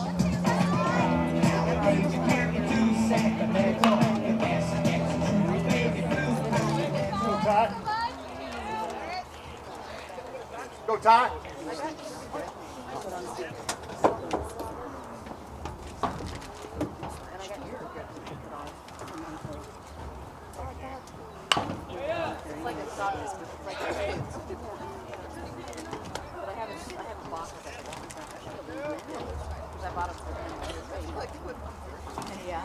Oh, nice. You're gonna make it there before I can drive there.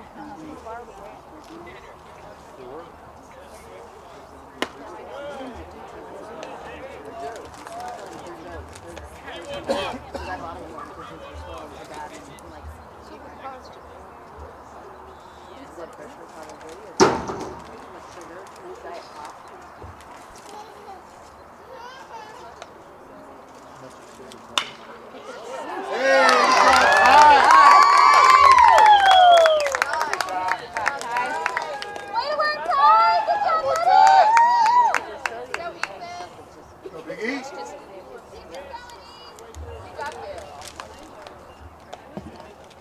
Now coming to bat, number 29, Ethan Kennan.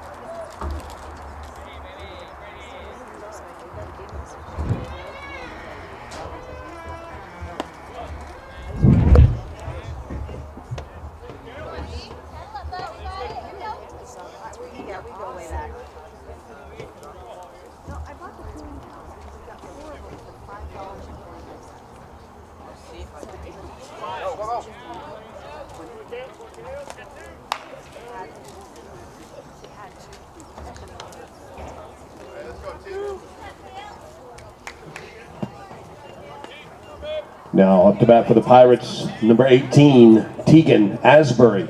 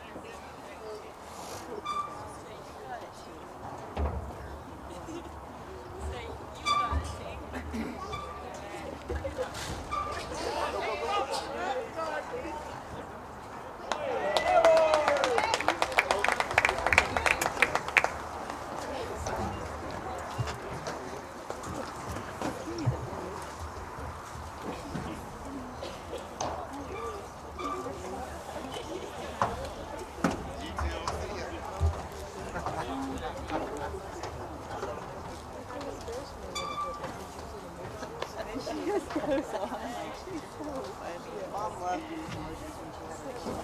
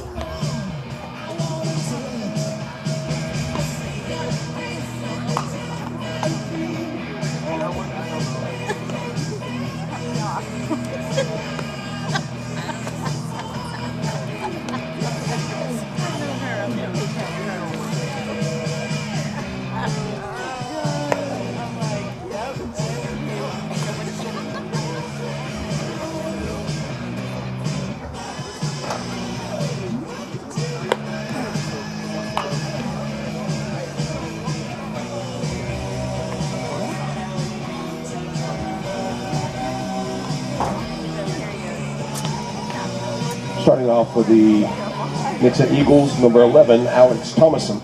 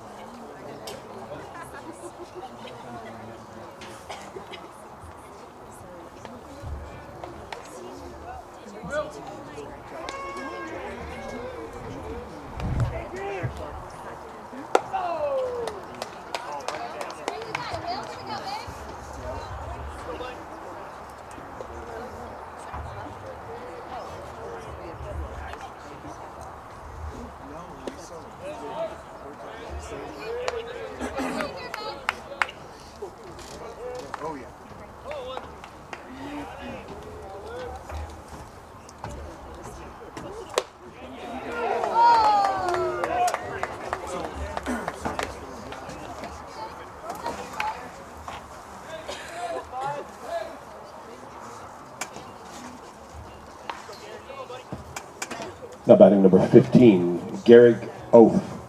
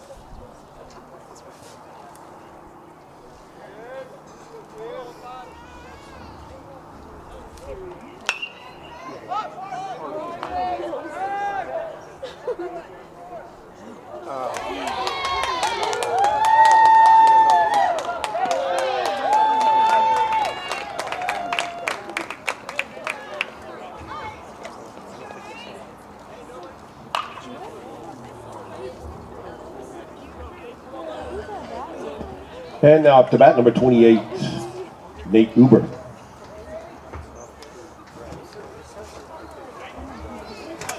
he lose that ball? That, the left field. Did he lose it in the light? What?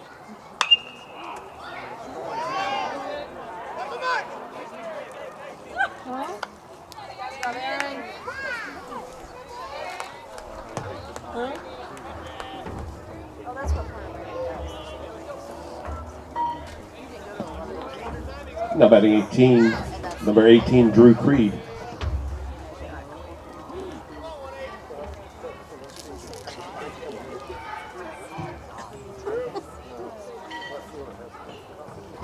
He's coming in. He's going out.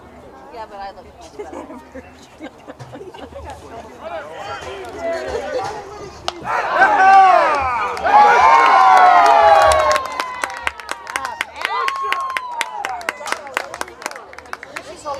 He did.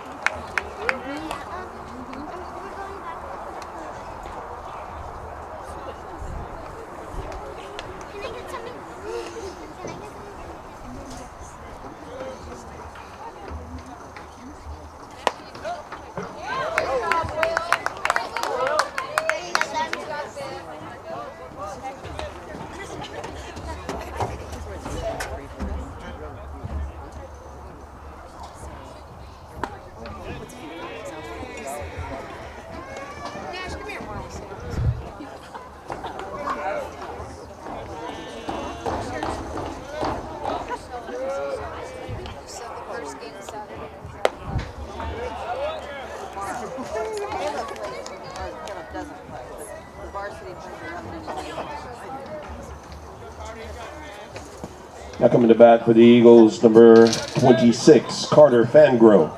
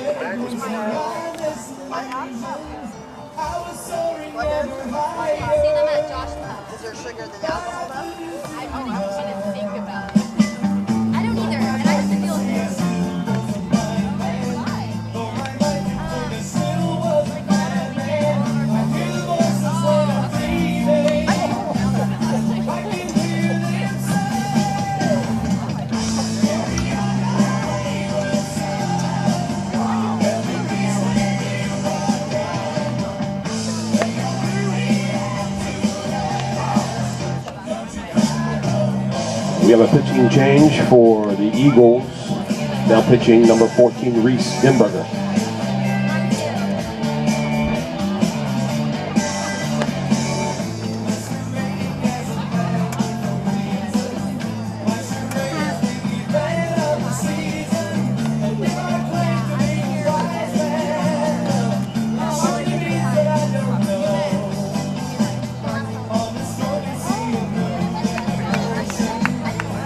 Starting off for the Branson Pirates, number 6, Aaron Strong.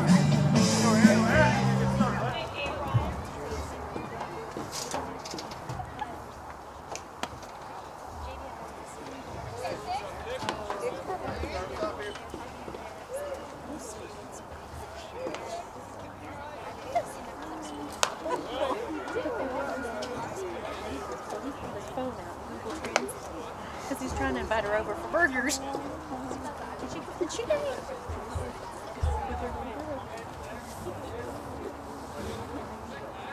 Oh no.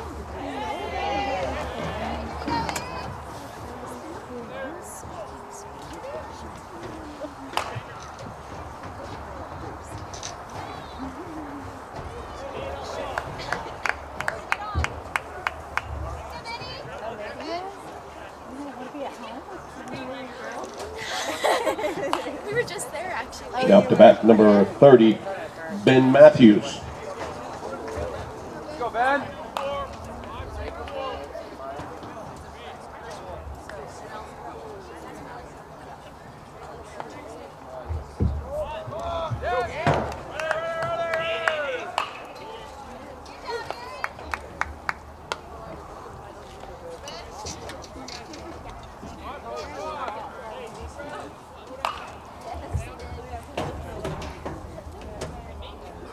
Oh my gosh.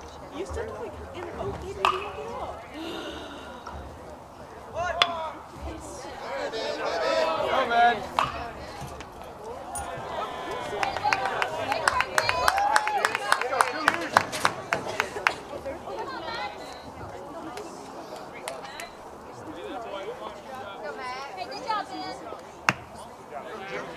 Now up to bat number 12, Max Clifton.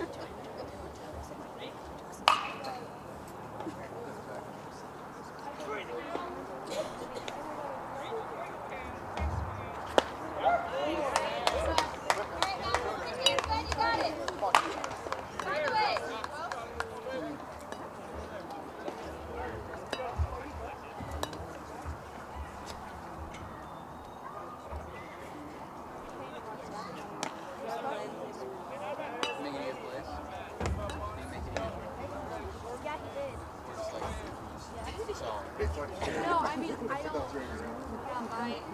My opinion might be a little bit biased, but I think it's amazing. I don't really know, like, lots of like, but I mean, there was anything that I was like.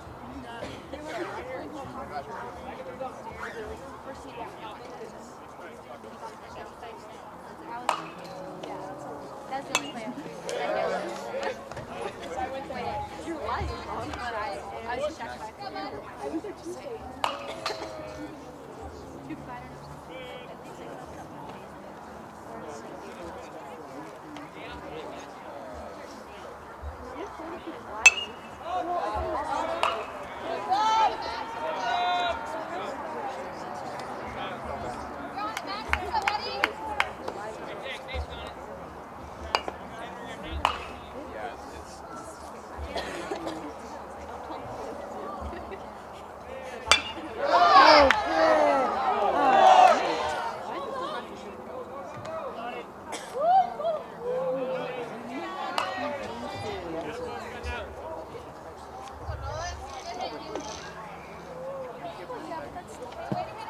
Now to bat number 10, Nolan Carnielsen.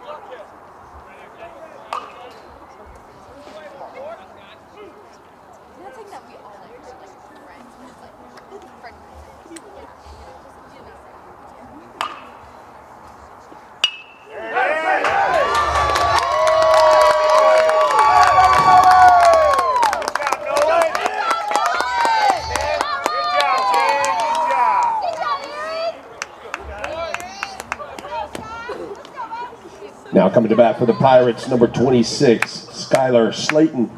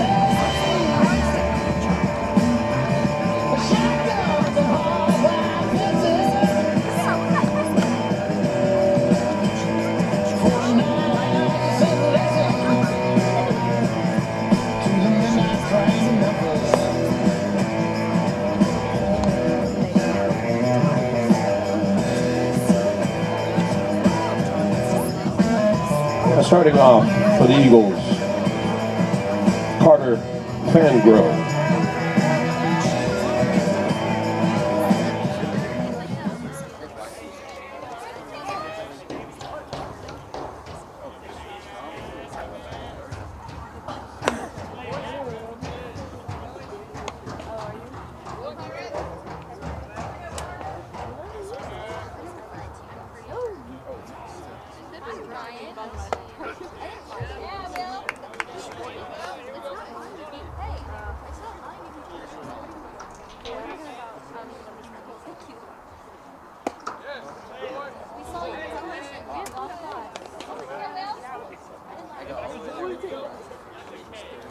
Why wouldn't you do that before? You saw it, I saw it. You like had more Are you drove home. Are you home?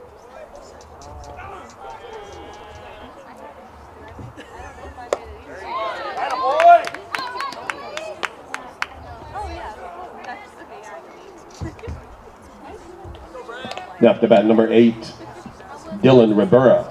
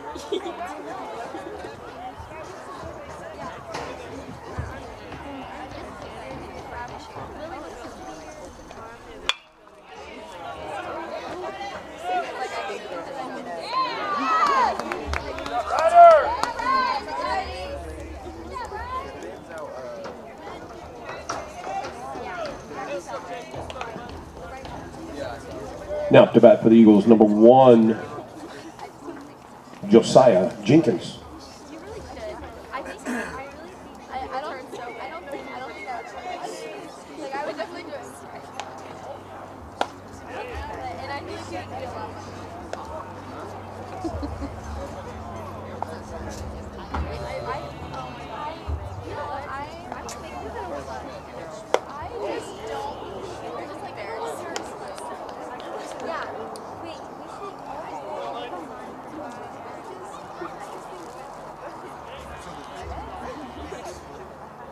He knows that ours is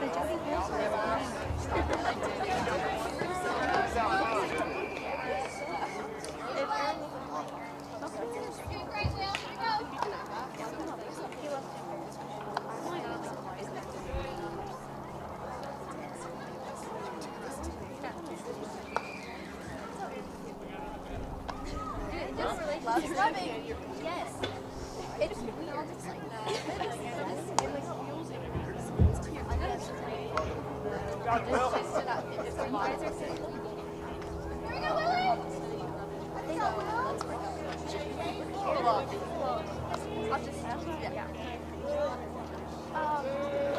So sometimes, well, here's the thing.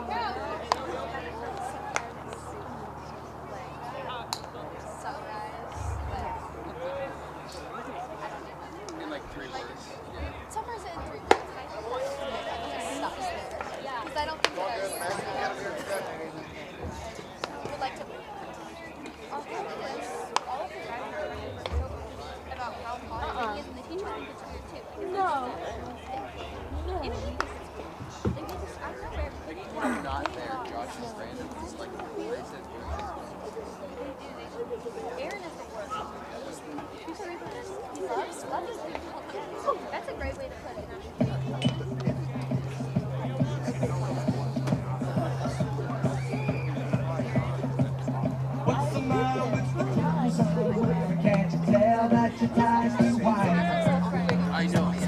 More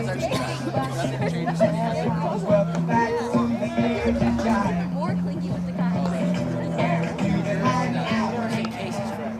Now to bat number 25, Parker Bridges.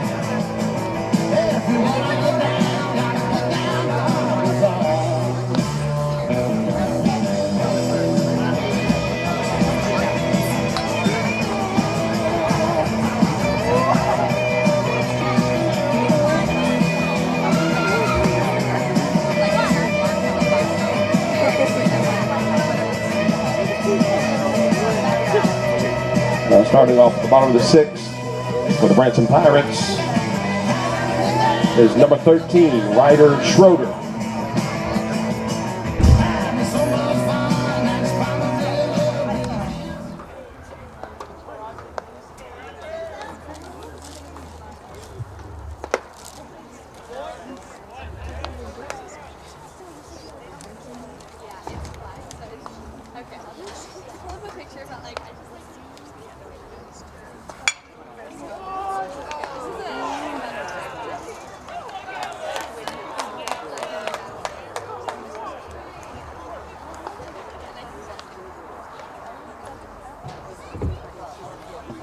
Now to bat number 9, Marshall Storm.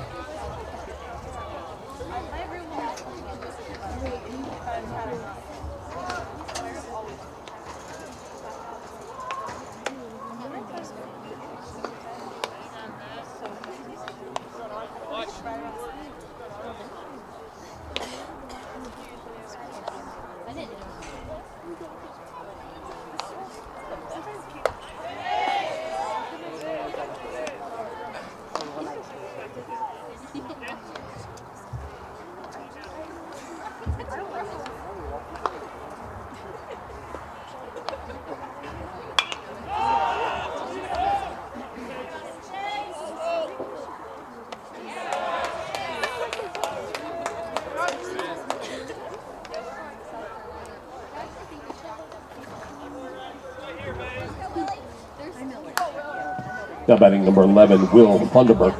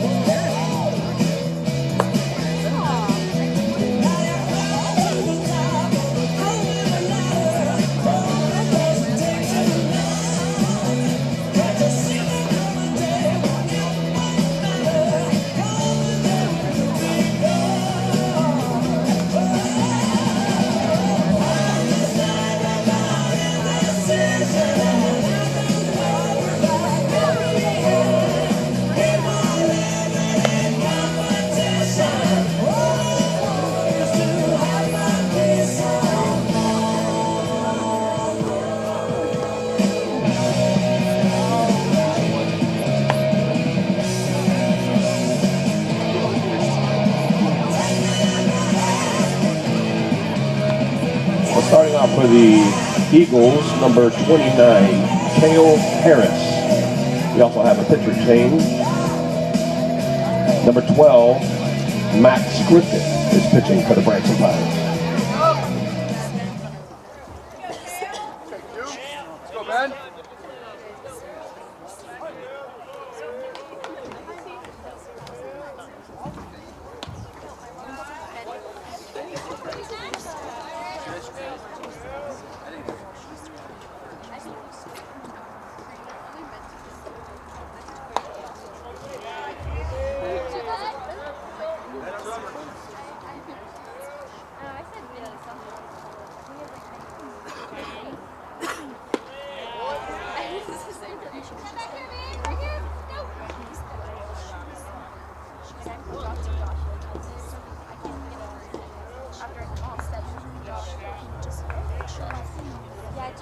say that too. I was stuck in my vocabulary.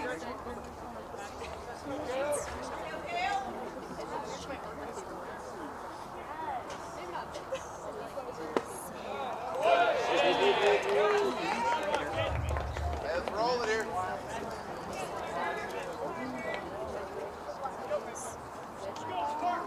Now batting number 23, Parker Mann.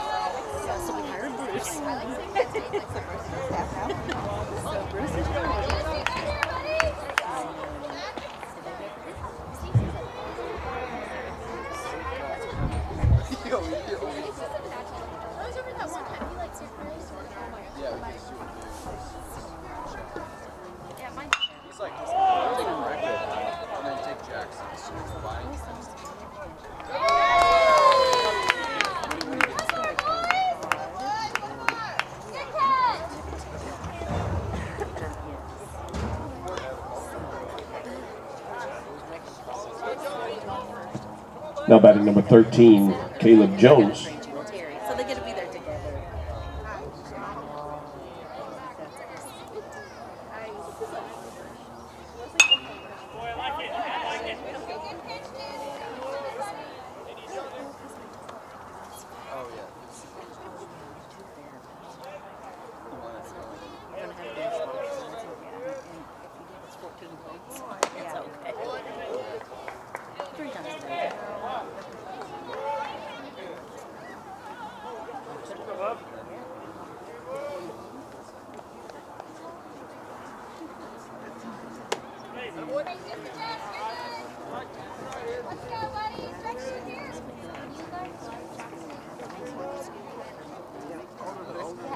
Like the people behind us were laughing, and it's not that funny.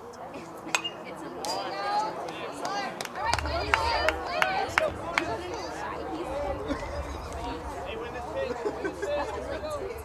I tried to record it. It was so. Jackson. It's my little brother. Let's go, man!